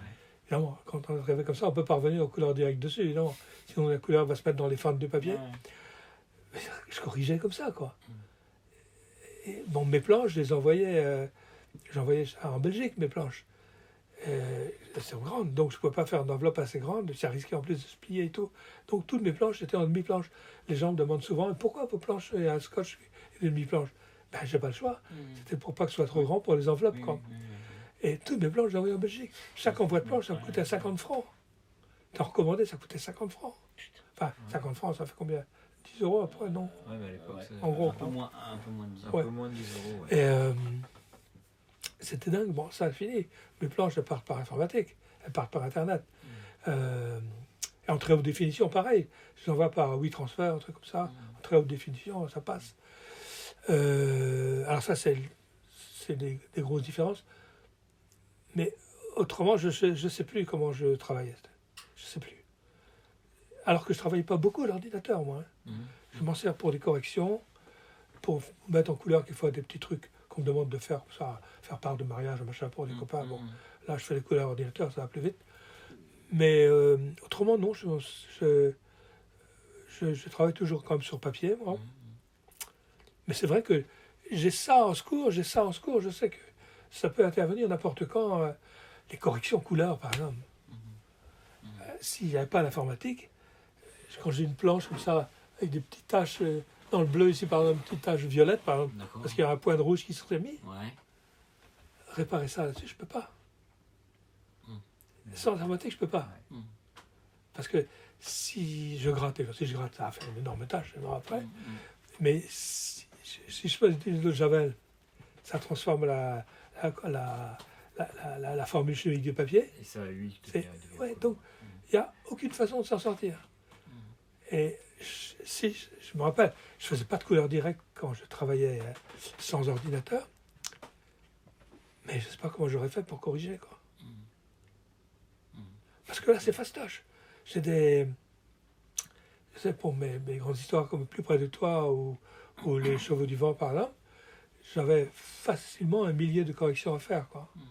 Des petites pétouilles. Oui, à l'achat, ouais. Mais un million. Et là, c'est fastoche. C'est fastoche, il fait bien les écrire. Savoir qu'on sache vraiment un répertoire parfait, des erreurs à réparer, parce que s'il faut rechercher sur les planches, les erreurs, on ne les trouve pas, évidemment. Donc, il faut un répertoire parfait. Puis après, ça va vite. Et en plus, le résultat est parfait, en plus. Donc les planches que vous envoyez, c'est par informatique directement. Vous les scannez et vous envoyez. Ouais. D'accord. Avec celui-là, c'est deux scanners. Oui. Ouais. Ça, c'est un scanner qui permet de scanner les transparents. D'accord, ouais. Quand je digitalise des diapos, par exemple, c'est là-dedans. Mais je sais que j'envoie pas mes planches par Internet, en fait. Je disais une bêtise tout à l'heure. Je les envoie par Internet, je les scanne moi ici avec ça. Je les envoie par Internet uniquement pour que la personne qui en fait la commande voit que j'ai bossé. D'accord. Également pour que le scénariste voit ce que j'ai fait avec son boulot. Donc je scanne et j'envoie ça à deux destinations différentes. D'accord. Mais ce ne sont pas ces scans-là qui servent en fin de compte. Après, vous les apportez à l'imprimant. Après, j'envoie à l'éditeur. Qui s'en occupe. Alors en général, pour les chevaux du vent et puis plus près de toi, là, Dupuis envoyait quelqu'un pour les prendre. D'accord. Et là, Daniel McCann, je pense qu'il enverra quelqu'un pour les prendre aussi. D'accord. Je veux savoir, donc Franquin, c'est un peu votre mentor, on va dire ça comme ça. Et qu'est-ce qu'il y a autrement comme autre, mis à part, on a cité plein d'auteurs de BD, Walteri, tout ça, qui vous ont influencé, et qui ont grandement. Et autrement, mais est-ce qu'il y a un peintre, un autre auteur de BD, un cinéaste, un écrivain qui vous a marqué, qui vous a influencé et ça vous a déterminé pour une œuvre, un dessin, pour une BD? Est-ce qu'il y a comme ça un cinéaste, un film, un auteur de BD autre que Franquin, comme beaucoup, il y en a un qui vous a marqué comme ça? Non. Non, pas. Une œuvre. Non, c'était vraiment Franquin. Tout ça, moi, tous les films que je vois, moi, je trouve ça absolument merveilleux. Même quand c'est ce que les gens appellent des nanars, moi je trouve que à partir du moment où on me raconte une histoire et qu'elle m'intéresse et que soit elle m'amuse, soit elle me fait peur ou quoi, pour moi c'est réussi. Hein. À l'époque où on sortit La Grande Vadrouille, par exemple, tous les critiques intelligents crachaient là-dessus, masquaient la plume, qui se foutaient de la gueule. Maintenant, c'est un film culte. Oui, c'est vrai. Moi, j'ai trouvé que c'était bien dès le départ. Moi, dès le départ, je trouve ça génial. C'est un film qui se veut rigolo. Il est rigolo. Il est bien fait. Moi, je trouve ça génial. En général, je le trouve bien. C'est rare que je trouve un film moche. Alors, des romans, depuis quelques années, je lis que des polars. Michael Connelly étant mon auteur préféré. Je lis vraiment que des polars. C'est marrant, je lis plus d'autres choses. Et des BD, j'en lis très peu. Les auteurs de BD il y en avait un qui m'impressionnait terriblement, c'était Bruno Leflore. Ah oui, malheureusement. Il m'impressionnait terriblement. Décédé brutalement. En plus, c'était un bon copain. 10 ans. Ouais, il y a 4, 5, 6 ans. Mais moi, c'est surtout les deux. La construction du phare, je ne sais plus le nom de. Deux éclats blancs, Voilà, je trouve cette histoire absolument merveilleuse. Après, peut-être Outre-mer, je trouvais plus inégal. Enfin, moi, j'aime bien tout ça. Mais son dessin était très moche. En plus, j'adorais ce mec, c'était un super pote. Il est mort, brutalement, mais c'est dommage. Ah ouais, d'accord. Mais en tout cas, c'était un super dessinateur. Alors, il y a lui qui m'impressionne, il y en a aussi pas mal d'autres, en fin de compte, il faudrait que je le retrouve là. Ouais. Autrement, évidemment, Franquin, c'est non seulement il n'y a pas maître, parce que ni Dieu ni maître, mais c'est vraiment mon grand frère, quoi. Et un peu mon deuxième père, Franquin. D'accord. Et mais autrement, il y a Will, par exemple, qui est entendu, qui a été vraiment un mec que j'ai vraiment aimé, vraiment formidable, cet homme-là. Et sur la fin de sa carrière, lui aussi, il a commencé à faire des histoires aussi plus réalistes. Au début, il y avait Tiffy Tondu, puis après il a fait, vous savez, je sais pas, il y en a une qui s'appelle, je sais plus, Ouais, le jardin d'Éden, c'est comme ça, C'est là. ça. Et il y a un truc aussi qui se passe aussi pendant la Seconde Guerre mondiale. Enfin, La 25e lettre, je sais pas quoi. Ouais, voilà. Et je trouve que ça, c'était des histoires Oui, mais avec un dessin. Ouais. Mais ça, c'est sa manière normale de s'exprimer à lui. Hein. Ouais, mais En fait, il fait tondu, il se forçait un peu, quoi. C'est-à-dire qu'il forçait son style. Mhm. Parce qu'en fait, il était dessinateur beaucoup plus réaliste. Mhm. Et on voit ses peintures, d'ailleurs. Ses peintures sont très réalistes. Ouais. Ah ouais. Il a sorti un Maguin, enfin celui qui va éditer votre histoire, a sorti un artbook sur ce mec-là, Ouais. qui est fabuleux. Très beau. Et j'aimais bien Tiffy Tendu, mais même ces femmes, j'aimais beaucoup comment il dessinait avec des taches d'aquarelle et tout ça. Mais là, Magan, il était con parce que il s'est pointé ici, là, et il m'amenait le bouquin là, qu'il a fait sur Will. Il me dit, voilà, Will, comme c'est ton grand pote, voilà, comment tu trouves ce livre? Je lui dis, c'est magnifique, mais t'as pas énormément de peinture là-dedans? Il me dit, ben non, c'est difficile à trouver. Mais je lui dis, mais putain, pourquoi tu m'as pas téléphoné? Parce qu'à Saint-Malo, on a fait une grosse expo au Will il y a une dizaine d'années. Une très grosse expo au Will. Et en tout un étage là-haut, était une expo Will.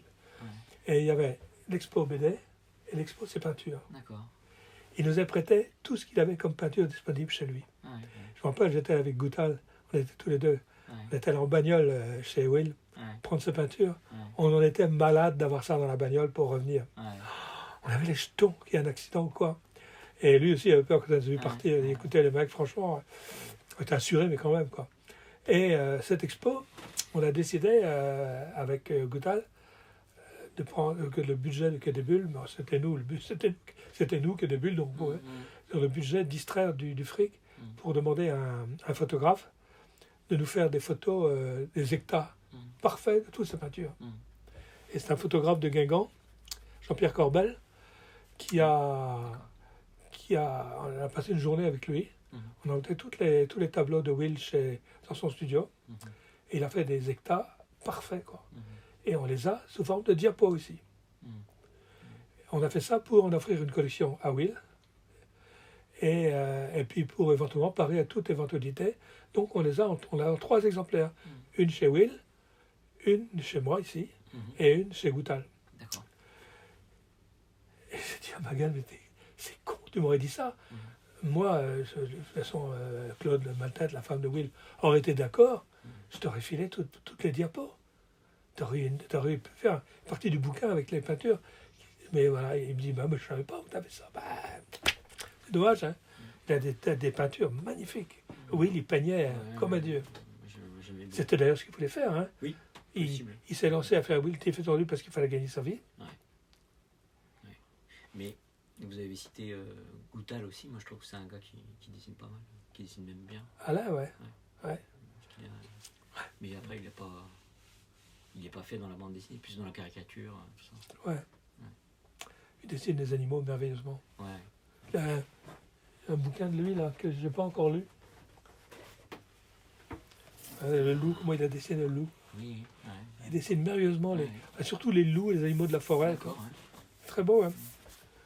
Et il me semble que le fils de Will, Maltête, Eric, a fait Choc, c'est pas lui qui a dessiné ça? Choc, oui. Ouais. Ça, super, j'étais impressionné. Et je sais pas pourquoi il a arrêté là. Je crois qu'il est malade, Eric. Faut que je prenne contact avec lui d'ailleurs. D'accord. Il vivait en Espagne, il vivait en Andalousie aussi, comme Zidrou, pas loin de chez Zidrou d'ailleurs. Ouais. Et je crois qu'il est retourné en Belgique, mais je suis pas sûr. Ce qu'il avait fait pour Choc, je me rappelle notamment tout C'est bien, les planches en noir et blanc là. Tous les planches en noir et blanc, les 3 c'est super. Je crois que c'est toi qui me l'as prêté. Oui, je suis très impressionné par la mise en page et puis le dessin. Ouais, et puis même l'histoire, elle est vraiment bien, surtout le premier tome est vraiment extra. Je trouvais que c'était un bel hommage à son père, quoi. Ouais. En fait, Tiffy Tendu, j'étais très fan quand j'étais gamin. Toujours d'ailleurs. Moi aussi. J'ai vachement aimé Tiffy Tendu. Et ça n'a jamais eu un très gros succès. C'est con, hein. Ah bon. Non. J'étais assez fan en fait. Moi aussi. C'est tout ce que vous avez comme question? Ouais. Moi je peux continuer si vous voulez. Ouais. Je peux vous citer Guarnido. Je sais pas si Black Guarnido, vous aimez bien. Ouais, c'est un bon pote lui aussi. Il vient du dessin animé, ça se voit. Hein. Oui, il a travaillé chez Walt Disney. Il a une qualité dans les décors, les perspectives et tout. Il est super doué. Et puis en plus, les personnages sont vachement bien faits, quoi. D'accord. T'as un monsieur, Ouais. Juanjo Guaranido. Ouais, mais je trouve que c'est vraiment un super dessinateur. Hein. Et en plus, l'histoire, elle est vraiment sympa. L'histoire de Black Sad. Ah ouais, c'est pas génial. Moi, les bandes dessinées, j'aime bien. Ah, voyez, là, vous demandez tout à l'heure ce qui m'a marqué, ben ça. Ouais. Il y a plein d'autres, de toute façon, mais ça ne me vient pas. Manara, par exemple, est un mec que j'aime beaucoup. Ouais. Mais il y a vraiment un seul truc que j'aime beaucoup chez lui, c'est sa façon de dessiner les femmes. Ouais. Autrement, les mecs, ils sont moches. Et ces décors, ils sont pas terribles. Les D'accord. véhicules, il ne dessine pas bien les véhicules. Et vous lui avez dit? Non. Ben non, parce que je ne l'ai jamais rencontré. Ah oui, d'accord. Mais il y avait à Saint-Malo, pendant qu'il fait le Quai des Bulles, là, il y avait une expo dans une galerie à Saint-Malo, où il y a actuellement une expo Fournier d'ailleurs, et une expo Manara. J'étais étonné de voir le prix de ces planches d'ailleurs. 3 000 €. Non, mais c'est rien, quoi. Moi, je pensais qu'il était beaucoup plus cher que ça, quoi. Et ils en ont vendu quelques-unes, ouais. Et là, j'ai vu ces dessins. J'avais jamais vu de dessins originaux. Et sa façon de dessiner les nanas, j'adore, quoi. J'adore. Il y a une qualité de dessin, là. On sent que c'est un grand dessinateur. Il fait naître des volumes uniquement en épaississant son trait ou en le faisant mourir son trait. Il fait naître des volumes. C'est super fort, hein. Mais ces personnages masculins, par exemple, je les trouve moches. Ils sont pas beaux. Ça doit moins l'intéresser, quoi. Je pense que c'est pour ça qu'ils sont... Je pense, ouais. Et de même, les voitures, les véhicules. J'étais étonné parce que j'ai regardé bien en détail, là. Ouais. J'ai vu les bagnoles, les roues sont pas rondes. Faudrait Un peut-être- dessinateur de ce niveau, ça me... Bon, un aussi que je trouve, que j'adore, c'est Hugo Pratt. Ah oui. Oui. Alors lui, j'ai rencontré, ouais. Ah oui. Ouais. D'accord. Une année, on l'avait invité à Saint-Malo. Ok. Et ah ouais. Et alors là, c'est un sacré aquarelliste aussi. Un maître du noir et blanc, Oui, je et trouve. qui sait vachement bien manipuler l'aquarelle. Ouais. Et vraiment, avec peu de moyens, quoi. Des petites tâches simples et tout. Ouais. C'est magnifique. Mais personnellement, je préfère quand même ça en noir et blanc. Moi, par exemple, il y a la balade de la mer Salée qui avait été sortie en noir et blanc en version. Ouais. Et je trouve que. Voilà. Ouais. Et j'avais un pote qui était fan de BD et qui dit ouais, j'aime pas Hugo Pratt, machin. Et puis je vais te prêter la balade de la mer Salée. Puis finalement. Ah oui, c'est un maître du noir et blanc. Ouais, Hein. Mais quand il veut de la couleur, c'est vachement bien aussi. Ouais, les aquarelles, j'adore. Moi. À une certaine époque, j'ai voulu faire de l'aquarelle comme lui. Ouais. Je me suis planté comme une grosse vache. Parce que il y a une abstraction terrible dans son aquarelle. L'aquarelle est abstraite en fait. Et ça crée des mondes, alors que lui, il avait dans la tête, quoi. Mais on voit ses détaches. Oh, il y a un monde qui est créé, quoi. Vachement fort. C'est fort, ça. Il y en a un paquet de. J'y arriverai jamais. J'aurais beau faire des efforts. Faut jamais renoncer. Hein. Ouais. Le dessin, peut-être que en fait, on peut travailler toute une vie, tandis que par exemple le sport, il faut s'arrêter à 35 ans, on peut plus faire de sport, tandis que le dessin, on peut continuer toute sa vie en fait. Ouais. Je sais pas, il y avait Paul Cézanne qui disait que à la fin de sa vie, je dessine, je sens que je progresse un peu. Il était pratiquement à la fin de sa vie, quoi. Donc je pense qu'on peut continuer. Ouais, c'est un peu ce que je pense aussi. Enfin, Ouais. sauf que moi, je pense que j'ai progressé beaucoup Ouais, depuis que je fais ce métier. ouais, Mais c'est vrai que je sais que si je peux encore dessiner, par exemple, une dizaine d'années, ouais. on ne sait jamais, on peut rêver, toujours du bois. Je sais que dans 10 ans, je ferai des trucs vachement mieux que maintenant, quoi. Ouais. Ça, c'est sûr. Est-ce que vous avez d'autres idées en tête, du coup, D'histoire. d'histoire que vous voudriez Là, je suis vraiment branché là-dessus. Hein. D'accord. Autrement, avant que... Parce que Magagne, il y a longtemps qu'il me parle de ça. Depuis qu'est sorti le bouquin L'Atelier de Fournier, là, vous avez vu ce petit bouquin? Oui, Ouais. ouais, je l'ai vu. Ouais. Depuis que Magagne a vu ça, il m'a dit, attends, je veux que tu fasses la même chose qu'ils ont fait eux, mais raconté par toi. Hein. Ouais. J'ai dit, mais non, ça intéresse à personne, faut pas déconner. Puis il a tellement insisté, j'ai fini par me lancer dans l'aventure, quoi, où je trouve un plaisir terrible. Mais avant de me lancer dans cette aventure-là, j'avais l'intention, et pour moi, ça aurait été un petit peu peut-être mon champ du cygne, quoi. Ça aurait terminé ma carrière par une longue histoire de bisous. D'accord. D'accord. Et j'ai un très beau scénario depuis longtemps en tête. une belle histoire. Et j'aurais fait un bisu en plus, en essayant d'éviter ce que j'ai fait pendant toute ma carrière avec bisu. Ça n'a jamais très fort marché, bisu. C'est un succès d'estime, mais c'est tout. Et on a analysé la chose et on est arrivé à la conclusion que c'est parce que, et on l'a constaté souvent, un enfant de 9 ans qui tombe sur un album de bisu, il ne comprend rien à l'histoire.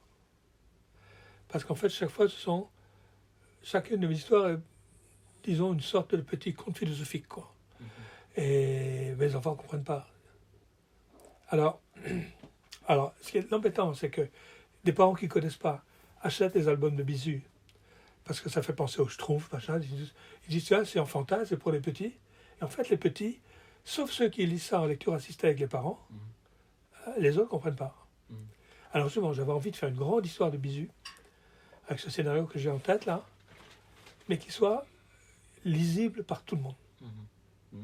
Voilà. Ben, je le ferai sûrement jamais parce que là où je suis lancé, dans le truc où je suis lancé, là, quand j'aurai fini ça, 2022, fin 2022, j'aurai presque 80. Ouais. Est-ce que j'aurai encore envie, je sais pas. Peut-être qu'enfin je m'assoirai devant une grande table pour installer mon train électrique. Peut-être que. Mais Herman, par exemple, je pense qu'il est à peu près votre âge. Herman. Il est un peu plus que moi, je crois. Il continue toujours, hein. Je crois. Ouais. Il compte toujours des histoires et puis Ouais. bon, ça tient la route dans le genre dessin réaliste. Ouais. Peut-être une dernière ou votre dernière question. Si vous pouviez éventuellement remonter dans le temps, avec quel scénariste auriez-vous aimé travailler? Covin. Voilà. Raoul Covin. Qui est décédé dernièrement. Oui. Quand j'ai su que Dupuis envisageait de m'enlever Spirou, j'ai quand même essayé de me bagarrer un peu. Et cette histoire de la maison dans la mousse, là, Franquin avait collaboré au scénario. Will devait faire une partie de l'histoire. Will devait faire les décors d'une partie de l'histoire. Et moi, je me rendais compte que je ne suis pas du tout doué pour les gags, quoi. Et j'avais demandé à Raoul s'il voulait bien bosser avec moi. On est vraiment très très copains, Raoul et moi, quoi. Mais il ne voulait pas parce que il était fâché avec Franquin. Je ne sais pas pourquoi, il était fâché à mort, hein. Très grave, quoi. Et il ne voulait absolument pas faire du Spirou s'il y avait dedans les personnages de Franquin. Champignac et tout ça. Alors moi, les miens, il y avait Champignac à fond dedans. Il n'y avait pas Zanglub, d'accord, mais il y avait Champignac, il y avait le petit bled de Champignac. Et tout. Et Raoul m'a dit non, écoute, je ne peux pas utiliser le personnage de Franquin. Mais je lui ai dit, écoute, Raoul, je suis désolé, tu peux faire un effort quand même. Il dit, j'aimerais bien bosser avec toi, mais ça, Spirou, je ne ferai pas avec tous les personnages là. D'accord. Voilà. Mais j'aurais bien voulu bosser avec lui. Parce que c'était un bon pote. Ouais, bon scénariste. Alors, ouais, il y a eu alors je lui avais dit, mais on a pas beaucoup parlé de ça. Je lui avais dit, mais si un jour, avant de cette histoire-là, je lui avais demandé, mais si un jour je te demandais de faire un scénario de Spirou, avant qu'il soit fâché avec Franquin, je lui ai dit, si je te propose un scénario de Spirou, et tu ferais les gags. Il m'a dit, non, je fais le scénario ou rien du tout. Mais je lui ai dit, attends, Raoul, on signera un scénario Raoul Covin, on s'en fout que ce soit moi. Mais je te demandais surtout de faire des gags parce que j'ai des bonnes idées, je pense que j'ai de bonnes idées de scénario. Il m'a dit, non, on ne bossera pas comme ça. En fait, il aurait bien aimé qu'on fasse une histoire à tous les deux, mais une histoire dont il serait totalement responsable. Voilà.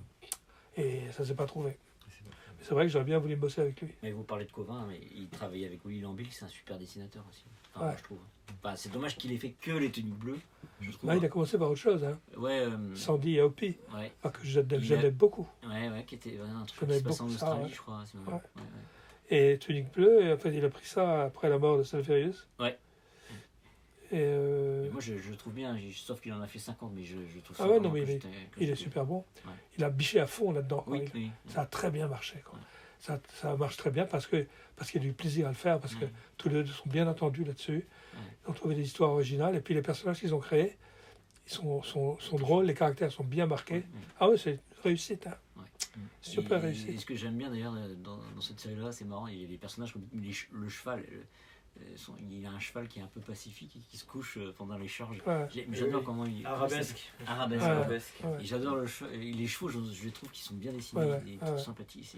Ah, il a trouvé une très bonne caricature de chevaux. Ouais. Ouais. Et je trouve que c'est des chevaux, mais de façon sympathique, caricaturale.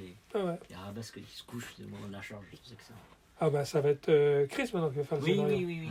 Et quel Oui, regard clairement. vous portez sur le comics et le manga? Est-ce que vous êtes vous-même un amateur, connais pas. occasionnel, éclairé, du tout? Je connais pas. Du tout, tout. Carrément. Une sais pas envie ce que de, c'est. de découvrir Hmm. Une envie de découvrir? Non. Non, du tout. Le comics, pas du tout. Ça ne m'a jamais intéressé. Ouais. Et ça me rappelle mon enfance, des trucs qui paraissaient dans les journaux pour la jeunesse, qui étaient des reprises de trucs américains Ouais, Flash Gordon, tout ça. que j'ai trouvé nuls. Et ça me rappelle ça, quoi. Pim Pam Poum, Mandrake, machin. Ça n'a jamais intéressé. Si, peut-être Red Rider, là. Le petit Comanche, là, le cow-boy.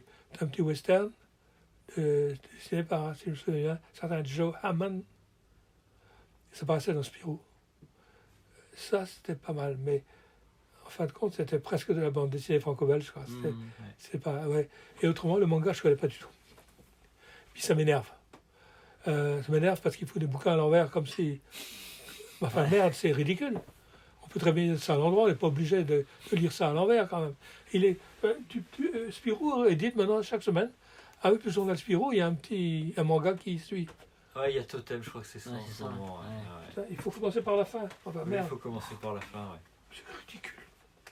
Je suis contre ça, moi. C'est ça. Faut pas Il y a un l'intérêt. petit livret chaque semaine. Oui, Ah, c'est toujours abonné. Oui, je suis toujours abonné. Ouais. Ouais. Ça, Oui, c'est ça.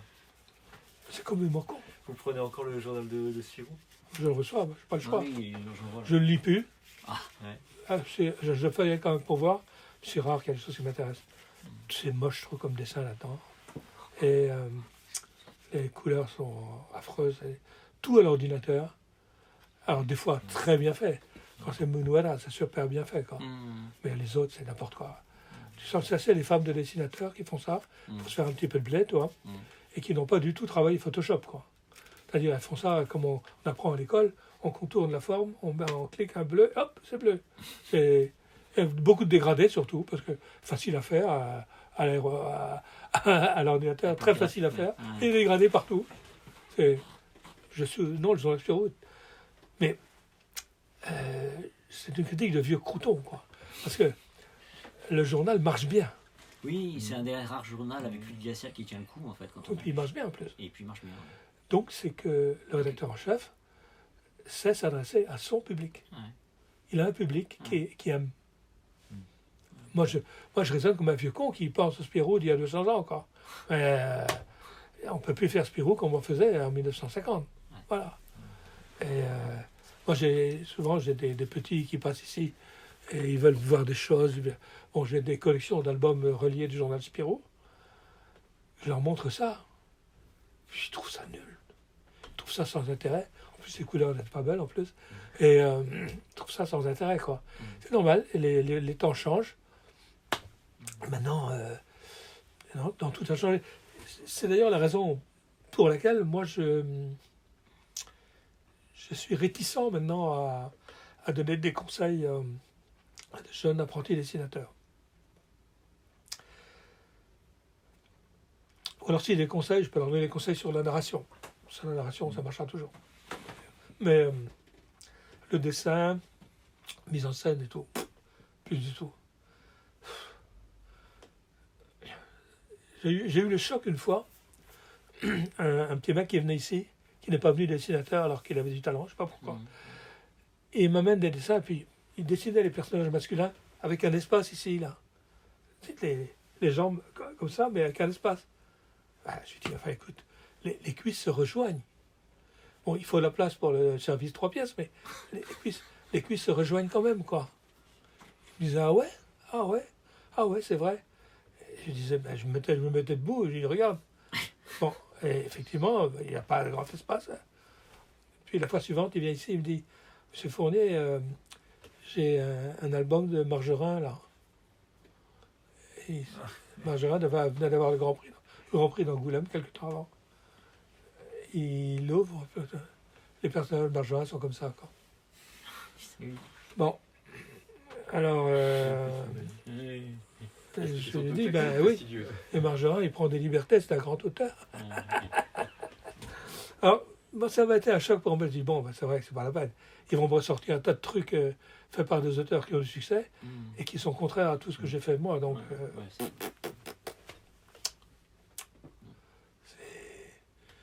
c'est assez compliqué. Non, ce que je peux encore faire, c'est ce que je fais d'ailleurs quelquefois, hein, c'est voir avec eux comment passer du texte au dessin. Là, par exemple, ben, j'ai un petit neveu là, qui est à l'école Pivot en ce moment et qui veut faire de la BD et qui vient quelquefois ici.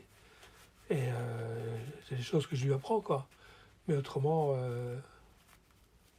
il est ailleurs, dans d'autres styles, d'autres modes d'expression et tout, quoi. Quel autre dessinateur il y a un autre dessinateur, c'est Dany, que je ne sais pas si vous connaissez. Il a mon âge. On est même moi. Ah, Dany, il dessine bien, hein. Ah, bah, les femmes notamment. Ouais. Mais autrement, même, je trouve que il aime beaucoup les femmes. Ouais. Ouais, ça se voit. La sienne, celle des autres et tout. Ouais, ouais. Non, mais franchement, c'est aussi bien en caricature qu'en style réaliste, il est fort. Ah ouais, très très fort. Parce que dans le style caricature avec les blagues, là, les blagues ouais. Érotiques, mais aussi, moi j'ai vu faire des histoires réalistes, notamment 20 ans après, où il y en a fait, il avait essayé d'apprendre, je trouvais bien. Ouais. Et puis, Histoire sans héros, t'as raison. C'est un super dessinateur. Bah, j'ai un seul album réaliste de lui. Et la dernière qu'il a fait. Oui, un homme, il en a sorti une juste au moment du confinement. Comment ça s'appelait? Un homme. Sans passer. Un homme sans passer, oui, c'est ça. Je sais pas, vous voulez non, j'ai aucun album de Dany, sauf un qu'il a fait il y a des années. Ouais. Il raconte un avion qui s'est craché Histoire dans sans la héros. Histoire sans héros. Ouais, voilà. De Van Damme. Et ça, c'est. Oui. Et ça, oui. Ouais. Ça m'avait vachement impressionné. Je ne connaissais pas Dany à l'époque. Ça m'a impressionné. J'ai dit, merde, le mec qui fait Colombe tire d'aile fait ça aussi. Oui, voilà. Ouais.